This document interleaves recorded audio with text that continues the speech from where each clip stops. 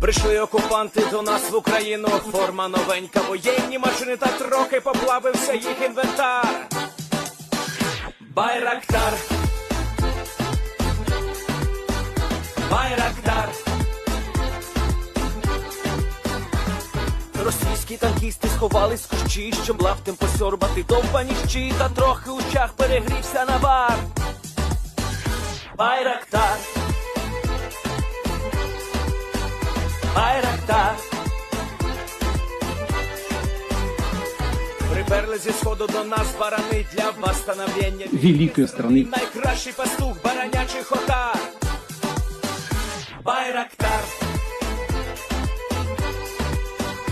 Байрактар. Їх доводи всяке озброєння різне, потужні ракети, машини залізні, у нас на всі доводи є коментар. Байрактар, Байрактар. Вони захопити хотіли нас зразу, а ми зачаїли на орків образу з російських бандитів, робить примар. Байрактар, Байрактар. Російська поліція справи заводить, там вбивцю рашистів ніяк не знаходить, хто винен, що в нашому полі глухар. Байрактар, Байрактар. Веде пропаганду кремлівський урод, слова пропаганди ковтає народ, тепер нове слово знає цар. Байрактар. Байрактар. Байрактар. Байрактар. Байрактар.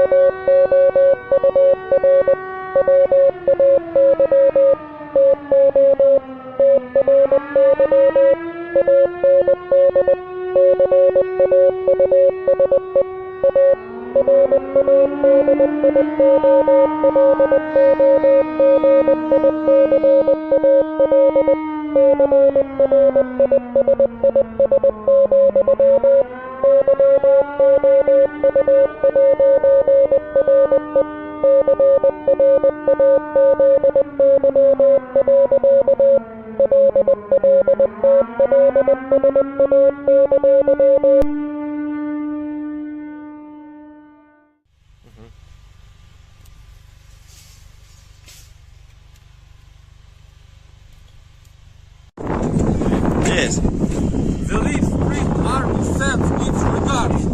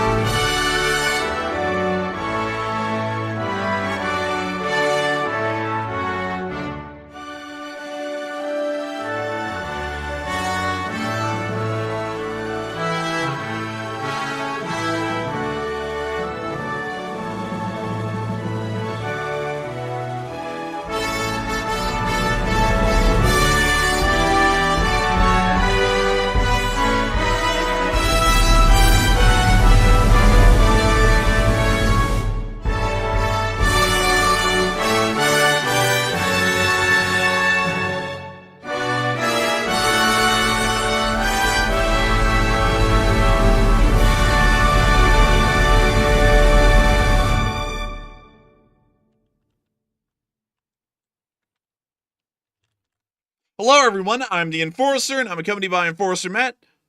And good evening, folks. It's Enforcer Matt, and welcome back to day 1087 of the War News stream. And today we have very big news, actually. We've heard that the Russian leaders were absent from the Munich peace talks today in a very big, shocking event, while Russia also attacked the Chernobyl nuclear plant, and also Ukraine might receive nuclear weapons from the USA, or at least that's the talk right now. But it's good to see you all once again. And of course, we're going to be covering the past 24 hours of news from around the world, as we have been able to hear that the United States has announced that we are going to be deploying a large number of U.S. troops inside of Poland, as it appears that the Ukrainian border situation is still going to be highly unstable, and it appears to be reaching no resolution anytime soon. As breaking news developed today, that we heard that the Russian diplomatic delegation has not arrived to the Munich conference, which was scheduled to begin today and last for the next 2 days, and the Russians are nowhere to be seen, appearing to have completely backed out at the last second of going to the Munich peace conferences. And we've also been able to hear as well that there is no confirmation that the American-Russian meeting in Saudi Arabia is actually going to be happening, as it does also appear that the Russian Federation has never actually agreed to meeting inside of the Middle East in Saudi Arabia anytime soon with any U.S. representative, much less the President of the United States. This is also coming at the exact same time as it's becoming fairly clear to many that it appears that the Russian Federation will not be attempting peace even under the current conditions, and even with what appeared to be said right before the negotiations would begin. This will most likely be leading the United States down a path of supporting Ukraine well on into the future. And not only that, we have also been able to hear significant news in other areas of the world, most importantly inside of the Middle East, as we have been able to hear that the United States and Israel have stated that they are going to be stopping Iranian nuclear weapons development at all costs. Either the Iranians can get back into some sort of a nuclear deal where they limit themselves to developing nuclear technology for peaceful means, or Israel and the United States will take whatever actions necessary, including armed intervention, to be able to conduct attacks against the Islamic Republic of Iran and destroy their nuclear weapons and research abilities at this point. We have also been able to hear significant news from other areas of the world as as well, as we are now hearing that the United States is floating the idea, and I am not even kidding on this one, of giving the Ukrainians nuclear weaponry for their defense in the future. That is actually a serious thing that was brought up in the government today. Some people would believe that that doesn't even sound realistic and it's possibly outlandish, but we actually do have a direct quote on that today. We were also able to see that the refineries at Slavyansk na Kubani, as well as Volgograd, were attacked and hit heavily once again by Ukrainian drone forces over the course of last night, causing serious damage to Russian oil refineries and once again Russian oil and fuel production abilities, as it appears that the Russian Federation is still going to be dragging on the war for some time at this point, with really no end in sight, though once again an end in every other metric well within sight for the Russian military and the Russian economy. Meanwhile, inside of Ukraine, we have been able to hear of a very shocking incident that occurred last night, as a Russian drone purposely flew itself into the sarcophagus, or largely the protective housing, around Chernobyl reactor number 4, and it appears to have caused some incredibly significant damage to the outer shell, and we are now hearing that the Ukrainians are saying that the damage is incredibly severe, but luckily at this time there is no increase in radioactivity around the surrounding area, at least at this point. We have also been able to hear that the Ukrainian armed forces have continued actions inside the Kursk Oblast, stopping Russian counterattacks and continuing their limited offensives within those directions currently. We have also been able to hear in other areas of the front lines that the Ukrainians are continuing to hold the thing down and stop the Russians from advancing any farther. There is a load of news to cover today, and an absolutely amazing amount, mind you. It's a huge amount of news, and I do have to say that this is a absolutely wild day of news, because things are going, quite honestly, the exact way we largely predicted it would go with the Russians beforehand, well before this even happened, as far as the peace negotiations went. So moving us on into the major news that we have been able to hear today, and I'm going to be starting at the present day statement and then moving back in time through the course of the day. We have been able to hear that the United States Secretary of Defense has stated in clear terms that the U.S. plans to deploy more American troops to Poland as, quote-unquote, Ukrainian borders remain unclear.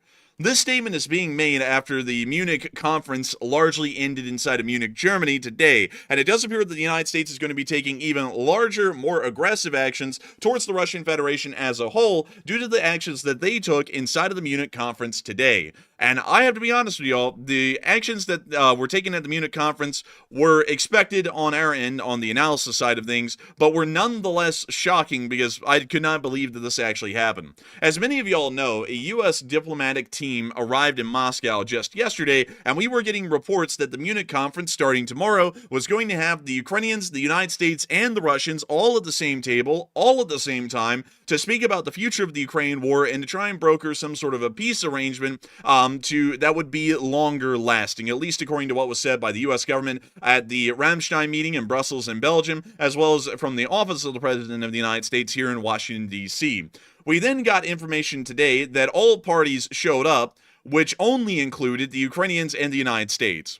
There was no Russian delegation that arrived today inside of Munich, and it appears that there is really no expectation that the Russians will be arriving anywhere in between tomorrow or the next day inside of Munich to be a part of this conference. It appears that this conference is entirely focused and entirely centered at this point now around the United States and Ukraine and their talks about what the war is going to be looking like and how it's going to develop from this point. It is a very crazy thing to hear that the Russian Federation did not even show up at this point.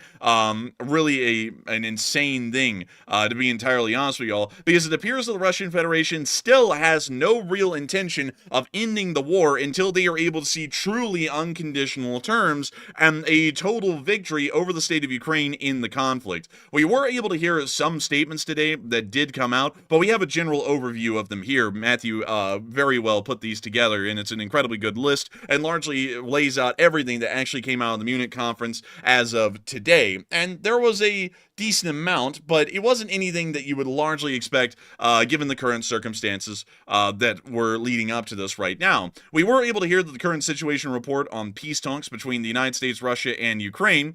Number one being that the Russians failed to appear at the Munich Security Conference peace talks today at all, and it appears that no Russian delegation is going to be arriving anytime soon, as we have not gotten any information about Russian government aircraft flying to Munich or anywhere within the vicinity to drop off any kind of a diplomatic team to arrive and speak to the United States and Ukraine in this forum. We have also been able to hear that the United States president clarified that he might meet Putin in Saudi Arabia. This is once again backtracking off the prior statement that this had already been set in stone and was going to happen in about a week's time, which had been said by the President of the United States about a day or two ago. It now appears that the Russians are having cold feet on everything, not only including arriving at the Minsk Security Conference, but also speaking to the President of the United States himself. And so for this reason, it now appears that the United States is having to backtrack. And another interesting thing that many of y'all will notice is that the media did not speak at all today about the lack of presence of Russian Federation diplomats inside the Munich conference. It was completely overlooked, and we got it dead on the nail. Crazily enough, well before this happened, we stated that the Russian Federation was never going to largely work with the first peace talks. Even if it was an unconditional peace talk, the Russian Federation was simply just going to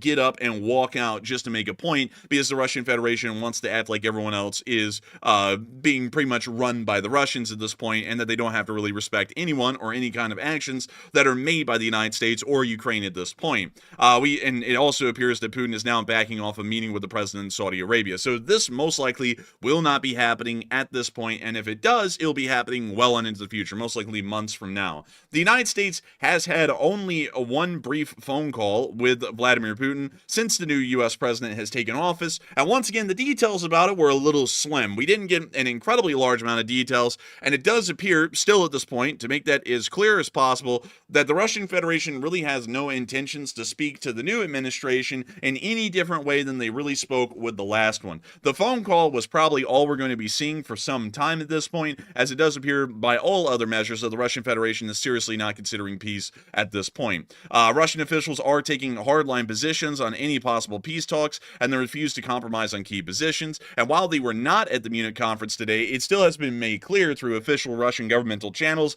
and spokespersons that they will not be conducting any kind of compromise whatsoever on any circumstances. They are still largely pushing at this point for a total victory, sort of a goal or a achievement over the state of Ukraine and the United States and American and Western interests inside the conflict, looking to only secure Russian interests inside of Ukraine, and that is it. We have also been able to hear that Zelensky says he will refuse to meet with Vladimir Putin until the United States proposes a peace plan to Ukraine's satisfaction, once again showing that the Ukrainians are not really adamant on ending the war either, much like the Russians, and there is no official roadmap for how U.S. officials plan to end the war, and there is no expectation of such for the foreseeable future. So by and large, reading over the whole ideas here, basically coming out of the Munich situation today, it became very clear, because I actually listened to most of the statements coming out of Munich today, and it sounds like there is indeed no plan right now, no rigid plan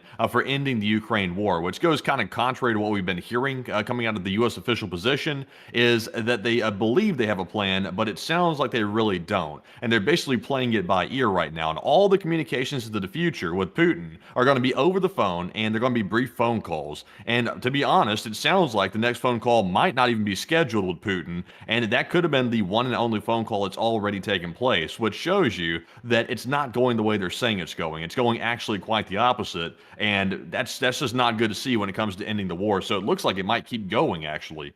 I believe it might actually keep going at this point, because it doesn't appear that the Russian Federation or the state of Ukraine is really in a position at this point where either one of them really would be happy ending the war. The state of Ukraine has made it very clear that they actually have to have some kind of an idea of what the U.S. really is looking for. Once again, a clear objective, not just saying one thing today and then a completely different thing tomorrow. There has to be a clear peace objective by the United States that Ukraine would be satisfied with to press forward on their end, and it doesn't even appear that the Russians are interested in talking about any kind of a peace arrangement at this point on their end, simply for the fact that they are not achieving absolute victory or unconditional victory over the state of Ukraine, and really against U.S. and Western interests within the region as well. And so for this reason, they are very adamant on continuing the war as well. We were able to get some statements today, some that I wanted to make sure to go into a little bit more detail on.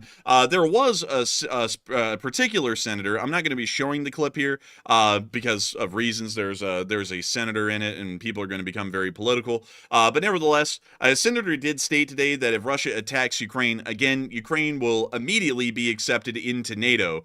Once that happens, he emphasized that this would be a response to Russia's aggression and help ensure stability and security in Europe. It sounds like a great plan, but I did point this out in the short war summary today. This actually does not work in practice at all, and largely is more so of a feel-good statement than anything, but because of the framework of the NATO Charter, there's really no way that this would work at all.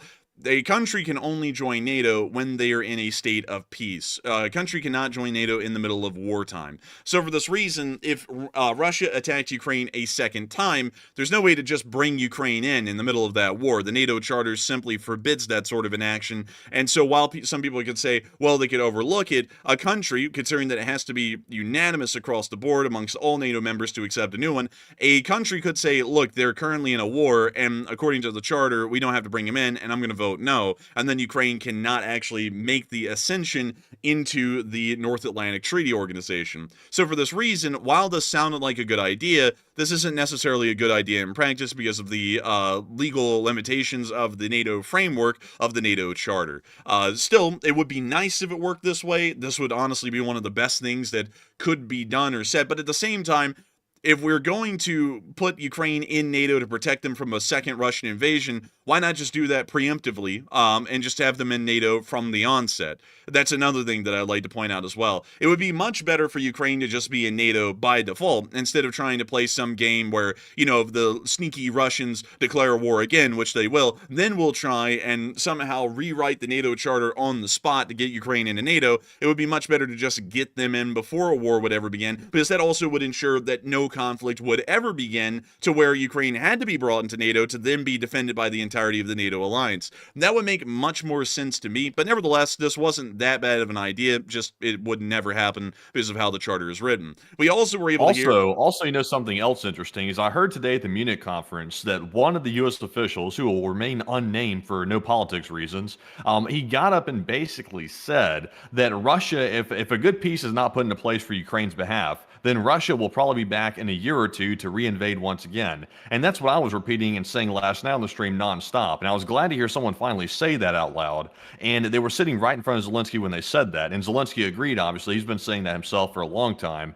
And hopefully they take that into account, because if they're not willing to give NATO membership to Ukraine, then Ukraine needs to keep fighting the war, make sure Russia's defeated, or there needs to be a sufficient security guarantee given to Ukraine that Russia won't be allowed to reinvade once again. And the only way to do that is to put European troops inside of Ukraine on the frozen front lines, if that's what they're going to go for, and give them that NATO 5 article protection to those European troops. Otherwise, it's meaningless. So they have to have some way to prevent Putin from coming back. And right now, I haven't heard any concrete plans on that, but it sounds like they at least might be sort of worming their way toward that at least a little bit. Also, really quickly, I'm going to circle back to this because now I'm seeing some people wanting to say, no, you're wrong, you're misquoting them. I'm just going to show the clip. This is not political at all. If anyone tries to turn this into something political, you're going to get banned. So I just want to put that out there. I'm going to show you the clip and let y'all hear the exact wordage because I didn't paraphrase it incorrectly. That's exactly what he said. So here's the clip.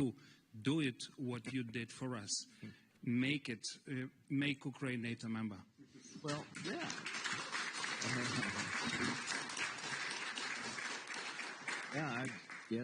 I'm okay with you being NATO.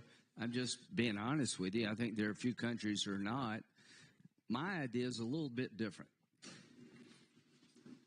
I want Putin to know if he ever does this again, you go into NATO right away. So see, it's right there. I mean, like, I'm not misquoting what he said. He said, if the Russians invade again, you go into NATO right away, meaning that if you get invaded, then you get NATO in the middle of the invasion. And I see some people saying they can't hear it. The audio is incredibly low. I'm sorry about that. I can't really do much about it. But well, look at Zelensky's face though. look at his face. He's saying they're thinking that's kind of I can tell you what's going through his head right now. He's looking out into the crowd thinking, if they're saying they're going to put us into NATO after we get attacked, then why not put us in NATO now? It's like, that's the whole point of NATO, is like for deterrence. That's the whole point. We don't want to get into World War III. That's what we're trying to prevent. If you put Ukraine into NATO now, or at least some point into the future, like let's say a couple of months down the road, the hopes is that deters Russia, not the fact that we're actually going to get into a world war. We're trying to stop that from happening by putting them into NATO. So I think Zelensky realizes that. That's why he looks like that. Dude, Zelensky's saying there, he's like, that's kind of been the problem for like 3 years, is that we're in a war and we can't get into NATO while being in a war. You know, he's kind of looking like that. He's like, that's kind of the whole issue right now as to why we cannot get in it. But still, a well-intentioned statement, it's just that it cannot work. Like, that just does not work under the NATO charter. There's no way to do that, and there's no way to make that possible. And also, some people are saying, turn it up. I can't turn it up. Matthew's going to blow your eardrums out, and then your ears are going to be bleeding. So there you go. If you could hear it, you could hear it. If you can't, you can. And if you can't hear it, go to the link in the description below to the map. Just go click on the link. Easiest way to do it. Moving on from that, we were able to hear, however, that the United States will continue to support Ukraine on into the future, and we were able to hear that from Zelensky's mouth himself, once again showing that armed and military support will be continuing to the state of Ukraine for the foreseeable future until the war ends. Зустрічі, важливі зустрічі для України. Була зустріч зараз з сенаторами Сполучених Штатів Америки про всі питання, дуже важливі, підтримку. Or is that Shia LaBeouf over there on the left? Але дуже важливо. I'm not really sure. Позитивно відносяться до нас і будуть продовжувати допомагати Україні.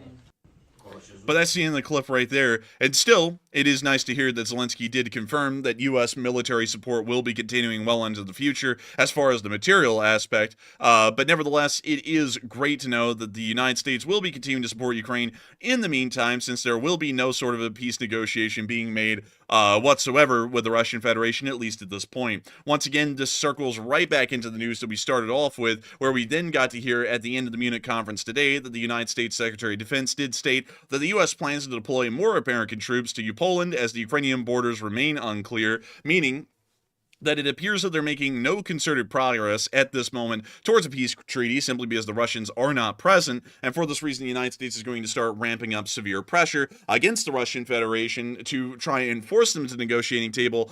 Although I will be entirely honest with y'all, I have a feeling that this will most likely not have an impact on the Russian Federation, simply for the fact that the Russian Federation understands some of the limitations of the current administration. And to explain this a little bit, this is how it's working. The current administration likes to go with the madman philosophy, making it look like they're just absolutely crazy, well, at least on a diplomatic level to foreign countries, and that they better get to the negotiating table, otherwise who knows what's going to happen.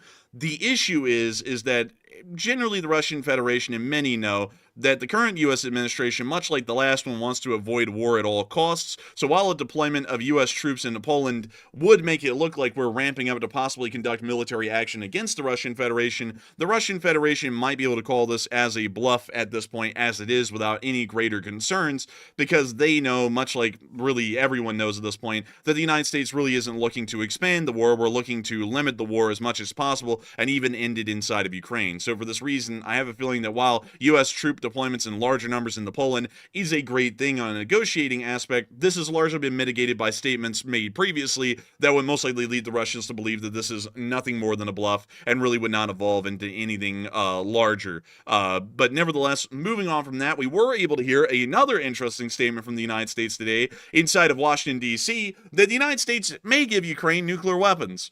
I've never heard anything like this before, at least seriously considered, but it was actually seriously brought up today. And Ukraine may receive nuclear weapons, and the president will hand them over if he wants, according to the U.S. Secretary of Defense. And then there was a whole bunch of things that the Secretary of Defense said about the president, largely saying that, we'll read them for y'all because I read them in the short war summary today. The president's negotiations with Russia are not weakness, and all of this is statements and opinions of the Secretary of Defense. These are not my opinions. These are just the statements.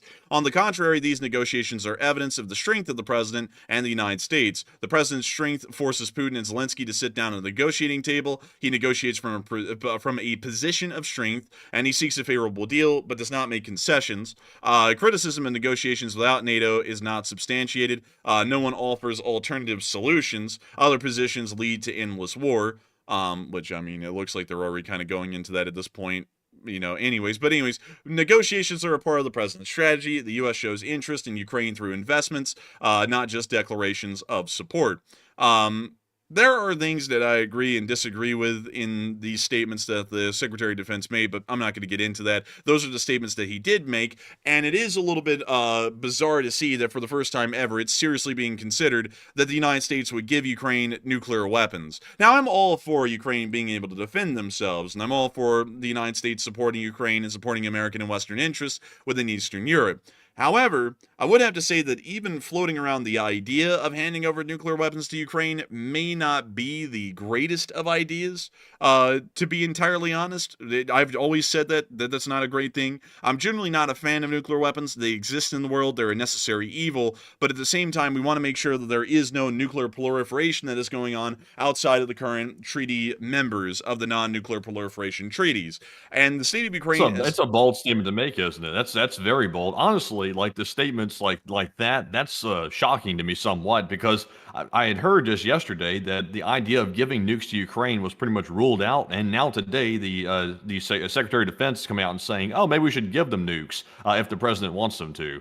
So I'm just not really sure. It seems like that making that statement would be definitely crossing a red line for Russia. But I haven't really heard a reaction out of Russia just yet on that one, so I'm not sure if they wrote it off as just an errant statement or what. But that seems to be like a statement that pretty much everybody has sort of shied away from making so far until now, which is kind of interesting. Yeah, it's a little interesting. I would say that it's new. That's for sure. I don't think anyone can ever disagree with that. That's a fairly new statement. Haven't seen anything like that before. I would generally have to say, though, it's not a good idea to even try and encourage or even suggest nuclear proliferation, because once you start to get into that kind of territory verbally, it's very easy for other countries to justify beating you to the punch and then just handing out nuclear weapons to whoever is their friends. Then we have nuclear weapons in the hands of multiple different governments, far more than there is right now, and that means that the chance of a nuclear exchange happening exponentially is increasing, because with each and every single country that has a nuclear weapon, the chances of those nuclear weapons being used is rising. That was the point of the Non-Proliferation Treaty, was to ensure that there was a very small number of countries that possess nuclear weapons, and generally those countries would ensure that others would not also travel down the path of possessing nuclear weapons. It just makes the world an incredibly more dangerous and unsafe place for the large part, for really everyone alive. So with that, I hope that does address that aspect well, but still, the diplomatic side of things and their developments today certainly has been interesting, and it does appear that, interestingly enough, we got that right dead on the nail again, that the Russian Federation's diplomats appeared to fail at Munich today, despite the United States officials saying otherwise. And a lot of people have been putting in their thoughts on this, and some people are saying that it's not surprising. The Russians were just never going to arrive at the Munich conference. Some are saying that it's surprising. The U.S. said they would. 4% is saying maybe they will be there soon, maybe within the next day or two, and others are unsure and undecided. But Matthew, what are people thinking about this, and what are you thinking about it as well? All right, so now that the Russians were a complete no-show at the Munich peace talks today, even though we had been told they were going to be there multiple times over, it turns out they did not show up. So let's see what the audience thinks about that. 80% said, and not surprising, Russia was never going to show up, while 10% said, that's surprising, I thought the U.S. said they would. And 4% said, maybe they will be there soon, because Munich, of course, is a 3-day conference. But I think, considering the fact I believe the vice president just got on a plane and left Munich, and he's heading back now, I would say that the window for the Russians to show up is probably well over with. If they were going to show up, they would have already been there, and they have not showed up just so far. So I would say they're not coming, and I'm really not surprised by that, because once we heard the statement last night that the United States and the West was threatening to attack Russia if they kept the war going by not coming to a peace agreement, I thought, it sounds like they're probably not going to show up after that. They pretty much ruined it at that point. And honestly, even if they showed up, we weren't going to make any progress anyway, so there's no love lost there at all, and it's just par for the course. But the shocking thing to me was we were told so many times they were going to be there, and then they just blatantly didn't show up. And now they're claiming they weren't invited at all, even though they were clearly invited because the U.S. president said they were. So, it is what it is. But Enforcer, what say you? I would have to say that it is fairly surprising. I will say that I actually will have to be with a small group of people who said that it's actually surprising, because many of y'all will know, we really can only work off of U.S. government statements. That's really all we have to work off of here on the diplomatic side of things, and those statements are largely taken as fact here on this channel. And so for that reason, that's actually why I was getting a little bit concerned, because the U.S. administration made it sound like things were getting fast-tracked to bring the war to an end largely at all costs. And that was one of the things where I said, if they do show up to the Munich conference under these kinds of pretenses, of course talking about the multiple days this has been transpiring over, they largely probably will agree to that on the spot. So for the U.S. government to pretty much be shown to have misrepresented the situation entirely, and not only did the Russians not show up at Munich, but now the future meeting with Putin in Saudi Arabia appears to not be happening at all either, it's largely giving us an understanding at this point that the United States, while making it seem, almost really honestly pretending that we were making progress in any kind of a peace arrangement at this point in public, is making really no headway in the background at all. Quite honestly with y'all, this meeting that happened today in Munich with the Ukrainian leaders inside of Germany is quite literally the exact same kind of meetings that were conducted under the current administration for the past 3 years with Ukraine, pretty much in the same cities at the same times of year, speaking about what the future of the war was going to look like and what the United States and Ukraine needed to do to eventually get to the negotiating table. This conference so far has quite literally turned into the exact same thing. And it's giving us a fairly decent understanding that this most likely will be the case for the remainder of the year, because I'm expecting at this point that there will be really no concerted progress or efforts made in actually ending the war in Ukraine and bringing it to a conclusion. The Russian Federation doesn't really seem to be open to that. The state of Ukraine has made it fairly clear that they're also really not open to that. And regardless of the United States' best wishes or intentions with trying to end the war, whether it be at all costs or on favorable terms, there really is no way for them to force either side to stop what they're doing. And that's what a lot of people don't really get. And that's what loads of people haven't really understood either, is that as far as the president of the United States and their power to be able to bring the war in Ukraine to an end, they are largely powerless in this kind of a situation. The only kind of power that can be exerted in this form of a situation is through diplomatic intrigue, and that's really it. And there's really not a lot that you can do to further that forward, rather than trying to see that both sides are already somewhat amenable, and then really just hammering out the actual peace agreement in between the two sides that are somewhat amenable to both equally being unhappy by the time the peace arrangement is ended. That is something that we're not seeing at this point. So the United States is practically powerless in actually brokering any kind of a peace agreement or an arrangement, because quite clearly both sides are not looking at ending the war anytime soon. The Ukrainians are not seeing that the terms, well, they're able to be met in the middle, and the Russians are not wanting to even meet in the middle at all, so the war will keep going for those reasons. And You know something interesting, Enforcer, is I actually heard today from somebody. I actually heard it from two different people that are considered quote unquote experts. They're basically saying that Russia really can't afford to stop the war, because if they stop the war, and that basically stops that massive industry right now that they have running in their country, that could cause the Russian economy to collapse on a different front. Because then all the military aid that they're making to keep the war going is going to come to a sudden halt. And of course, the oil industry is already hurting in Russia. So that could cause a different type of issue that could cause the Russian economy to collapse anyway. So it might be actually a catch-22 for Russia. If they try to stop it, they're going to collapse. If they keep going for long enough, they're going to collapse as well. So I don't know. It sounds like they might be stuck, and maybe they're starting to realize that, and they're trying to turn to maybe their allies like China to try to bail them out, maybe, or something like that, because it seems like it's a bad situation all the way around for Russia. It seems like it really is a bad situation all around for him, and that might actually happen, because the Russian Federation's war industry is not really one that can be converted over into consumer industries post-war, from what we're understanding. And on top of that, a lot of the other industries that would be necessary for really helping that post-war economic boost just don't exist anymore, due to sanctions or due to the severe amount of damage that's been caused by Ukrainian bombing campaigns. So for that reason, I think the Russian Federation isn't really adamant on ending the war. It actually would be better for them to just expend the exorbitant amount of lives and equipment needed to keep the war going in Ukraine, so that way when the war ends, the economy just doesn't simply implode, like you're saying. That probably is a fairly good point. But nevertheless, I see some other people saying some other things as well about what's going on. And let's see.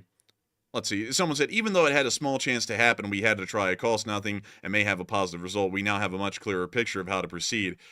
I would largely say yes, but the thing is that's a little bit more shocking about this all, and that's kind of the point that I'm wanting to hit home here, is that the entire situation up to this point has been misrepresented to the public. It's become fairly clear today that the Russians really have no intention of even meeting with the United States and talking with the United States at this point, based off all the information that came out. And leading up to this, it sounded like somehow the United States just was able to unlock the nth dimension and was able to actually speak with the Russians on a language they'd understand, which is just drunken slurring, and that we were finally able to get them to the negotiating table at Munich, and then eventually also talk leader to leader inside of Saudi Arabia. And now today, that's all coming out to pretty much have been untrue. And it appears that the situation is quite literally status quo like it was under the prior administration, meaning that this current administration will most likely have to continue down the path of the prior one and just continue to support Ukraine and continue to grind the Russians down until they eventually are actually wanting to get to the negotiating table, because that would be better than continuing on the war. So I do believe that we're probably well set in at this point for about another year in the conflict at this point, because I don't really think that the Russian Federation is going to ever be adamant through the remainder of this year on ending the war in Ukraine. But with that, I hope that does address that the best I can, at least with my analysis of what the diplomatic situation is looking like at this point. And once again, there is another check. Enforcers are like 50 and like maybe 3 at this point for getting most of the developments and analysis of the war correct, because we had a load of people coming in, as usual, bashing us for saying that the Russians would walk away from the peace arrangement before it even really began, and somehow we ended up being right on that again. So another little check in the checkbox for the enforcers getting the analysis correct. Once again, one of the few channels out there that's doing that at this point, because we just step back and look at things neutrally. But moving on from that, and outside of Europe, we have been able to hear some really interesting things from other areas of the world. For example, the damage to the USS Harry S. Truman. Now, the USS Harry S. Truman is one hell of a carrier, and it's named after the president, well, not USS, but Harry S. Truman. Harry S. Truman was the president of the United States towards the latter end of World War II. He was actually the vice president of Franklin Delano Roosevelt. And when Franklin Delano Roosevelt died of a heart attack, I believe in Marietta, Georgia, Harry S. Truman immediately became the president of the United States, and then made one of the most baller moves that many people still claim is either baller or really questionable to this day, by using atomic weaponry for the first and only time in a war, bringing the Second World War for the United States to an end in August of 1945. This aircraft carrier, as rusty as it's looking in this picture, yeesh. Ugh. Oh, Dude. yikes. They need a paint job. Dude, that is rough, man. Looking like some CSX rolling stock out here. But nevertheless, the Harry S. Truman is one of our, I believe it is a Nimitz-class aircraft carrier, supercarrier, that is currently traveling around the world. And as many of y'all know, it had a little bit of a fender bender, quite literally yesterday, as it ended up running into a bulk carrier near to the area of Port Said. We were able to finally get some picture evidence of the damage that was caused, and it wasn't just a light little bump. Wait, hang on, where in the world did that, oh, here it is, it's right here. It's right here. Here's the actual damage that was caused, right next to one of the elevators.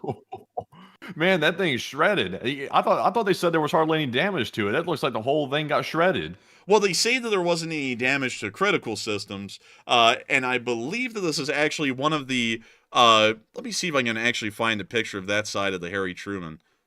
Let's see here. Where in the world? So it looks like the ship was actually hit near to the side of, fortunately I cannot remember the naval terminology, but onto the right side of the vessel near to one of the elevators. It appears that it was stricken somewhere around there. It looks like the other ship pretty much just grinded across the side and ripped out decent parts of the side of the hull, at least within this area, right next to one of the aircraft elevators. So I do not know if there's any damage to that elevator at this point. It was incredibly close to directly hitting it, but we don't see any damage to the elevator, at least in this picture. We just see the large gash well above the waterline on the side of the vessel. This is also leading us to assume, in a little bit of a different sense, that the U.S. Navy may have had a bit of a navigational issue, or maybe an error, because you usually don't see this kind of stuff happen often. The last time this was happening was years ago, and for some odd reason it was happening all around Japan, as U.S. destroyers were turning into kamikazes and running into into commercial vessels all around Japan for a couple of months. I don't know why that went on. It was just a freak occurrence of just large accidents that were happening, but this really hasn't happened with an aircraft carrier recently, so a little bit interesting to see. And now finally we get to see what superficial damage is, or at least what the Navy is calling superficial damage at this point. But moving on from that, and out of that little clip, I guess, man, that was probably one of the few times of excitement that everyone got on the carrier for a while, because beyond that, they just kind of wander around the sea, really just, kind of doing their normal operations. I guess it's very rare for them to have a mid-sea collision. And of course, they had to switch insurance cards. I believe the Harry S. Truman is insured by Geico, but I'm not entirely sure. Moving on. I hope they had good liability coverage, because they'll need it. Hopefully so. I would hope and assume so. But nevertheless, speaking of some damage, it appears that some damage may be inflicted onto the Islamic Republic of Iran here within the near future, as we were able to hear that Israel and the United States have agreed to come to a full understanding that Iranian nuclear weapons development needs to come to a stop at all costs. And if the Iranians do not back off of producing a weapon of mass destruction, Israel will take whatever actions necessary, including armed action against Iran, to be able to destroy and wipe out those nuclear research and development facilities before they can actually create a usable nuclear weapon. It is a very interesting thing to see, because we're once again starting to note that the Israelis and the United States are beginning to move towards hostile action against the Islamic Republic of Iran, and I would actually have to say, this is still too soft. The previous administration did practically nothing. The current administration is saying, let's get into talks. Talks are not going to work with this kind of a situation. The Iranians could use the talks to stall for time, so that way they can develop a nuclear weapon, and once a nuclear weapon is tested, it's too late. We have to be able to stop this before it actually happens. I would say that preemptive strikes, either by the United States or Israel, need to be happening effective immediately to be able to deal with this situation, as it isn't really one where we can get into diplomatic negotiations and talks, because in this kind of an instance, this would simply just be buying the Islamic Republic time to be able to actually create that nuclear weapon. But still, a lot of people are talking about the U.S. Statement that we may provide nuclear weapons to Ukraine into the future. And a lot of people are wondering, is that a bluff or is that not? And it seems as though many people are believing that it is a bluff against the Russian Federation. And some others are saying it's a real threat towards Russia, and others are saying it sounds like a misstatement of a sort, although that's really a deliberate kind of a misstatement to make if it was one. But still, Matthew, what are people thinking about that, and what are you thinking about it as well? All right, so 58% of the audience said yes, it is a bluff toward Russia, while 22% said it's actually a real threat toward Russia, and 12% said it seems like a misstatement. And I would have to say, it sounds like it probably is a bluff. It sounds like someone probably whispered to the defense secretary, hey, throw out the idea of giving Ukraine nukes and let's see what happens. Yes, sir. He went out there and said that, and really didn't realize that's probably not something you really want to say unless you mean it, because that's like the most severe and ultimate, most extreme threat you can possibly make toward the Russians. And it sounds like so far the Russians haven't responded to it, because it just happened a few hours ago. So generally speaking, we shouldn't be fearful of the Russians, but at the same time, we should be careful about exactly what we threaten, because that one right there might send it over the edge, which is something we're not trying to do. We're not scared of fighting Russia if we need to, but we're not trying to send it over the edge just for the hell of it. So maybe it'll be interpreted as a bluff and it'll be sort of ignored, or maybe it'll actually be taken into real consideration and the Russians will plan a response to it. There's no telling, but I'm with the 58%. But Enforcer, what say you? I would have to say I generally believe that this is a bluff, but there is a bit of a gray area where you really can't bluff, and this is one of the things you really can't bluff on, because giving out nuclear weapons or bluffing on nuclear weapons at all is really the extreme.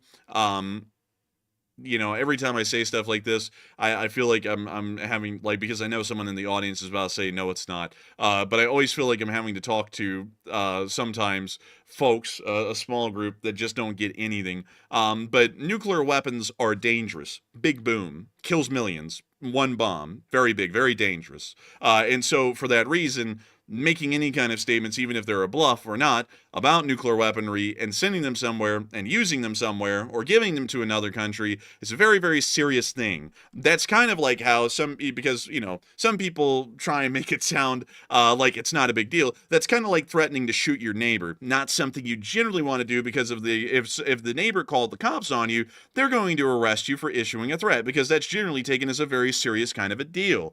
So that's something you don't really want to do, because that's almost on the same kind of a threat or a bluff kind of a deal that they're doing to the Russian Federation. So while I get where they're coming from with that, still not a great thing. Not really a great thing to start bluffing around with there. Military buildups, totally fine. Possible involvement in the Ukraine war, that might be totally fine. But nuclear weaponry, that's kind of where we start to enter a very big gray area there, and that could start to end up causing some somewhat serious issues, because the Russians could start to proliferate nuclear weaponry to all kinds of other countries, say the Stand Series countries, or even the Islamic Republic of Iran, to try and counter the United States, saying or even hinting at the delivery of nuclear weapons to the state of Ukraine. So with that, I hope that does address that somewhat well, at least in my opinion and my analysis, because that's just generally something you really don't want to touch, because nuclear weaponry, regardless of how much people try and mitigate it these days, is the most dangerous weapon that's ever been produced so far, so making any kind of threats about it is a very serious kind of a concern. But nevertheless, I hope that does address that well, at least in my opinion. But with that, before we move on, Matthew, I understand that we actually have a couple of questions here. Yes, we do. So let's jump into our first Super Chat segment. And our first one is going to go to Scott M3728, who puts in a combined $100 donation. And thank you very much, Scott, for the largest Super Chat of the night. And we appreciate that very much. And also to everybody saying that they see a bot, he is gone. He was gone about 10 seconds ago. So don't worry, he's now gone. But anyways, back to Scott's Super Chat. They said, hi, guys. And I'm, let's see here. Let's see. It might be slightly political. Let me proofread it here real quick. Let's see here. So Scott, first of all, once again, huge thanks for the support. This one delves kind of slightly into politics, and I know we've been trying to skirt around it a lot tonight, and we've been trying our best to do so. This one might be going over the edge into politics too far where we can't even cover it. So let me let the enforcer read it and let him see what he thinks, and he can see if he can address it without it. I do thank you for the support, Scott, and I am going to try to address it the best I can. I largely would agree with that kind of a sentiment. However, speaking about a kind of a new political party, that actually usually does get fairly political, because then people want to get into creating, different kinds of parties, and that becomes a really kind of a political thing. So I really can't get into that, because that would kind of get into domestic political issues. But I do thank you so much for the support and helping this channel to keep on running. I thank you for both of the massive super chats that you sent in, because folks like you help us to make this channel possible and help us to keep it running. But sadly, kind of touching on that stuff and really getting into deep detail on that starts to become very political very quickly, because creating a new political party, you have to lay out what kind of political aspirations or objectives they have, and that's inherently political in itself. But I do thank you so much for the support and helping this channel to keep on running, because if it wasn't for folks like you, we wouldn't be able to keep this channel running, we wouldn't be able to make it possible, and we wouldn't be able to have the neutral kind of political stance that we have here on this channel. And so with that, a huge thank you to you so much once again. I hope that does address that at least the best I can, kind of trying to hit on the subject, but also make sure to remain non-political, because that would become really political really fast for many people. But beyond that, thank you so much once again. I hope that does address that well. And with that, we are on to the next one. And also, by the way, Scott, to make it fair, if you have another question for us, send it to us and we'll return back to it. So that way we're not robbing you of the question, that is, because I'm not sure if you knew about the no politics thing or not. So send us another question and we will return back to it. But thank you for the support. And we also have, for our second super chat here, this one goes to Khan LSA, who's a longtime channel legend and throws in a $50 donation. And thank you very much, Khan, for always throwing in that support and always helping to keep the channel running. And Khan said, the World War III quatrains written by Nostradamus nearly 600 years ago, and they start in quatrain century 1-40, the false trumpet sealing madness, and the World War II quatrains. Nostradamus called Hitler Hister. I gotta thank you so much for the support, and maybe so. I wouldn't know. I have never actually read that book before, so I wouldn't really know for certain. But I would say that there's probably a lot of people who have been able to parallel and kind of get things fairly close to what they are.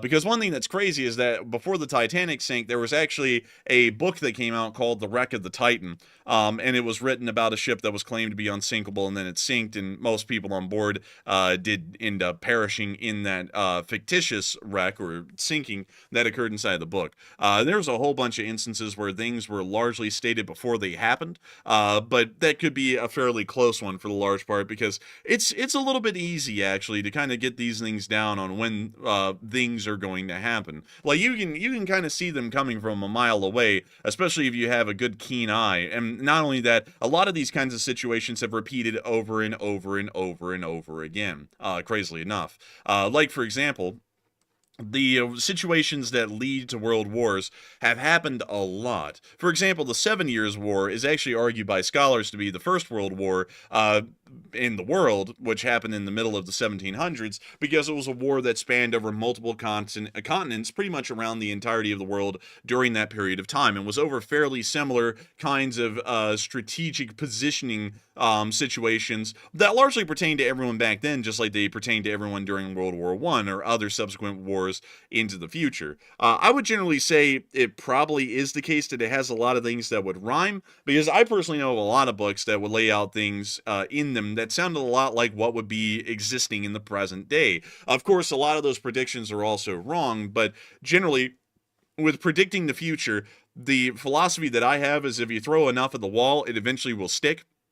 Most things are wrong, but some things will end up correct. Like, for example, there are a lot of people in the political world. I do listen to political commentators back in the past, and I would listen to them, and about 70% of their predictions would just be entirely wrong, and not only that, bat crap insane, just completely unfounded in reality. And then about 30% of them, well, really 20% of them would be somewhat right, and then 10% of them would almost be dead on the nail. And then they get called a prodigy because of that 10% that's dead on the nail, and then everyone acts like they're an expert because they were able to get that 10% correct. Although they threw out a whole bunch of different theories and rumors, and they were wrong on most of them. And that's kind of how, like, predictions of the future works. Like if you ever look at people who predicted the future in the past, so many of them would get most of everything wrong, and then they get a few things right. Like, for example, in the 1920s, they predicted that in the future, people were going to have shoes that made them float on water, so that way they could walk around on water parks. Not water parks in the modern day where you go to actually get in the water, you just walked above the water, and it was like a park, like a normal park like Central Park,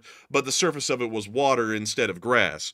Like, that just never ended up happening, and they said that that would be happening by 2020. But another thing that they got correct is that due to electricity, which at the time for them was like quantum computing, people would be able to talk to each other very easily in pretty much a wireless way. You wouldn't have to have a wire connected phone in a wall anywhere. You could just talk to someone while you were walking around, and they largely got that dead on the nail. I mean, you know, cell phones are quite literally that, just in a different form. But there's always things that people get right and wrong. It's just that you know, it's a little bit hard to get most things right, and that's why I don't really get into the realm of predicting the future unless it appears to be absolutely certain. Like, for example, it appears absolutely certain at this point with how AI is developing in such a fast pace that most people in America might be out of their jobs within the next 5 to 10 years because of how AI is developing. That seems to be a fairly decent kind of an assessment to make, or at least low-skill jobs are practically going to be automated entirely by the next 5 years,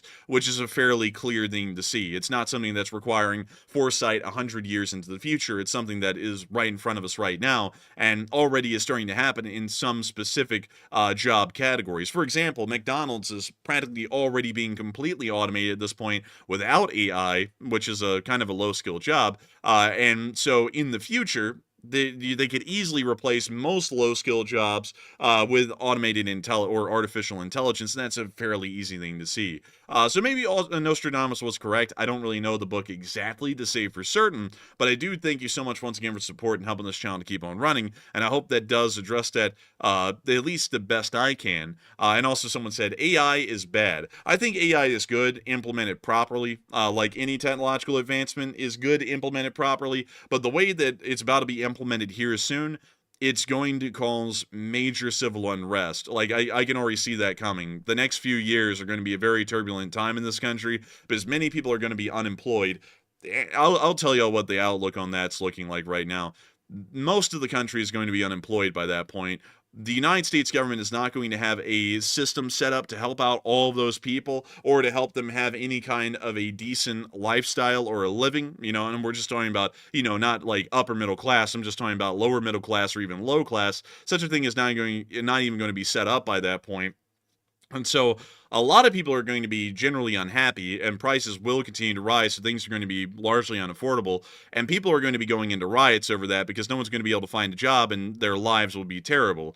And you can already see that coming around the curb with any kind of foresight, and you can already know that the next 5 years is going to be a very tough time in the United States for many people. And seeing that coming around the corner and knowing that no one's really caring about that too much, that's something that's a little bit concerning. But, going 100 years into the future or so, or even hundreds of years into the future, and then saying this is what's going to happen historically, there's just so many things that can happen. Each and every day, there's millions of little decisions and actions that are being made in just each country, much less the entirety of them. There's billions of decisions and actions that are being made every day that is changing the way history will unfold tomorrow or the next week or the next month.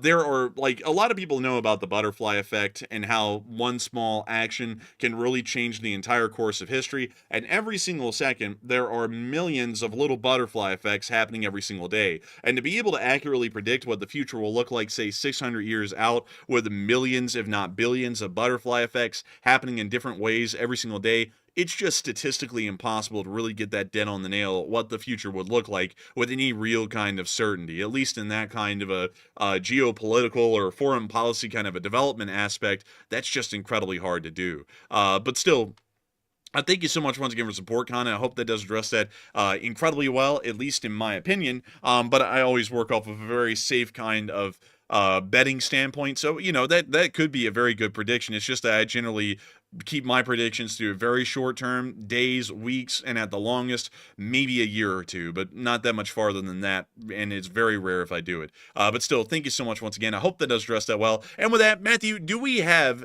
anything, any backup question for Scott M? Let's see. I haven't seen one coming in. If he sent it in, I don't think he tagged me in it though, so I don't have one, sadly. But also, I saw some people saying, I think I saw Gunfox saying that AI can't do the trade jobs, and that is true. AI does not have the physical presence right now to actually be able to carry those jobs out. But one day, if robotics gets good enough, and once the AI gets good enough, then the people developing the robotics will have the answers a lot quicker to develop the robotics, and then it's just a cascading effect from there, where maybe they might be able to accelerate the development of these robots that can have enough dexterity and also physical ability to carry out these really minute tasks. Like, for example, if you're installing HVAC systems or you're trying to fix plumbing or something like that, it might be able to actually do it physically and also have the intelligence to be able to program it to be able to make it work just right. So for now, they don't have the ability, but I wouldn't put it past them to be able to fix that up pretty quick, actually, just based on what I've seen. But anyways, we are now jumping into our final super chat of this segment, and this one goes to PRC, who puts in a $20 donation. And thank you very much, PRC, for that support. And PRC said, why would the Secretary of Defense say publicly that the Russian Navy is better than the American Navy, and doesn't that hurt our military morale? And thanks, in LSA. And who said that? It was the Secretary of Defense. He actually came out today and said that the American Navy needs about 7 years to actually build enough ships to fight the Russian Navy. Okay, I'm gonna. Hello? I was just sitting there and processing that. I'm gonna have to say the Secretary of Defense has to be, and I mean this in a very non-political way, stupid to make that kind of an assertion, because the Ukrainian armed forces doesn't have a navy. And they've already been able to decimate over 50%, well, destroy around 50% of the combat power of the Black Sea Fleet. So it's a little bit stupid to say that the U.S. Navy is 7 years behind the Russians, considering that the Russians have hardly built a new warship, much less a blue water warship, since the end of the Soviet Union. That's a little goofy. That's pretty goofy, I'm not going to lie. Like, that's just... Let me go get the statement, by the way, so that way we can get the exact wordage of it. Some people are saying, well, I don't think he said exactly that, so let's go get the exact wordage. Let's see. Navy comments. Let's see here. Let me go grab it. I don't think I retweeted this, actually. Let's see here. Let me do some looking for it. You can keep going, but let me do some looking for his actual statements. That way we can get that. U.S. Navy size. Let's just go pull up the size. Let's see here. We have 300 deployable combat vessels. Russian Navy size. Let's see. How many active combat vessels? Russian Navy, active combat vessels. We want a similar number here. So, they don't give out an easy number. So they say that there's 290 warships, submarines, and warfare boats believed to be in active service. Let's see here. And then the United States Navy has 299. And we also have about 4,000 operational aircraft as a part of the Navy. The Russians do not have that number in terms of air power. That is a little goofy. Oh boy, where do we begin with that one? So, first off, the United States has aircraft carriers, the Russians don't. Second off, the U.S. Navy has vertical launch cells integrated into our modern warships. The Russians largely do not. On some of the modern classes, they do, but those are very small and generally would not be able to stand up on their own in a fight against the U.S. Navy.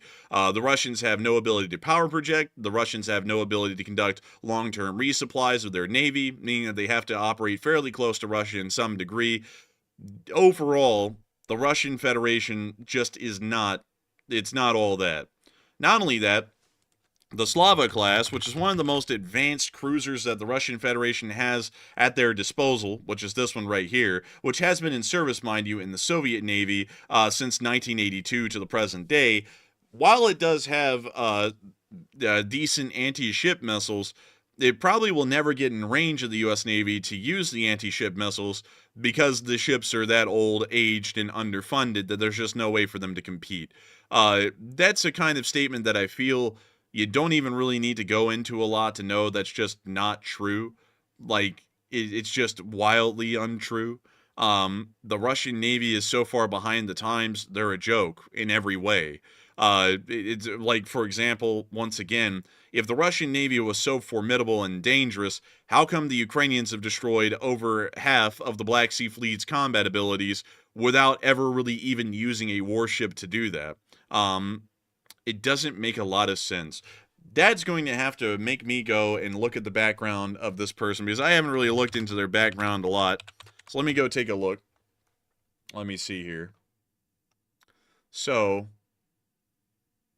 he was in the Army. And let's see here. What was his education? He went to Harvard. Well, that ought to tell Harvard. you. Harvard. That ought to tell you all you need to know. Like, just because you go to Harvard doesn't mean you're a genius. And I'd sure as hell say making a statement like that doesn't really instill a lot of faith in me towards the Secretary of Defense to say something that goofy. But do we have the direct quote or statement, Matthew? So I'm seeing people speak about it here on Twitter. I'm not able to find an exact source for it, but it appears to be that most people in the intel community here are speaking on it. So he must have made the statement maybe in a video, because I'm not seeing any of the mainstream articles picking up on it. So it's being rumored that he said that, but I'm not seeing a direct source. So here's something I want to say, and I always try and say it.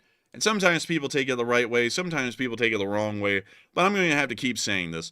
Just because someone served in the military does not mean that they know everything about the military. Time and time again, that's proven true. It's just proven true by so many different ways. It's unbelievable. It's great to have people who served in the armed forces weigh in on their specific areas of expertise. But because you are a corporal in the Army does not mean you know everything about naval warfare operations. Not that I know everything about it either, but to act like, I was in the... Like some people, like for example, this one guy on YouTube, I was in the U.S. Army for 5 years as a truck driver, and I shifted gears for 5 years so I can speak about the inner workings of the U.S. Marine Corps, the Navy, the Air Force, the Coast Guard, the Space Force, and the Army, and simply because I served, I know more than anyone who has never served.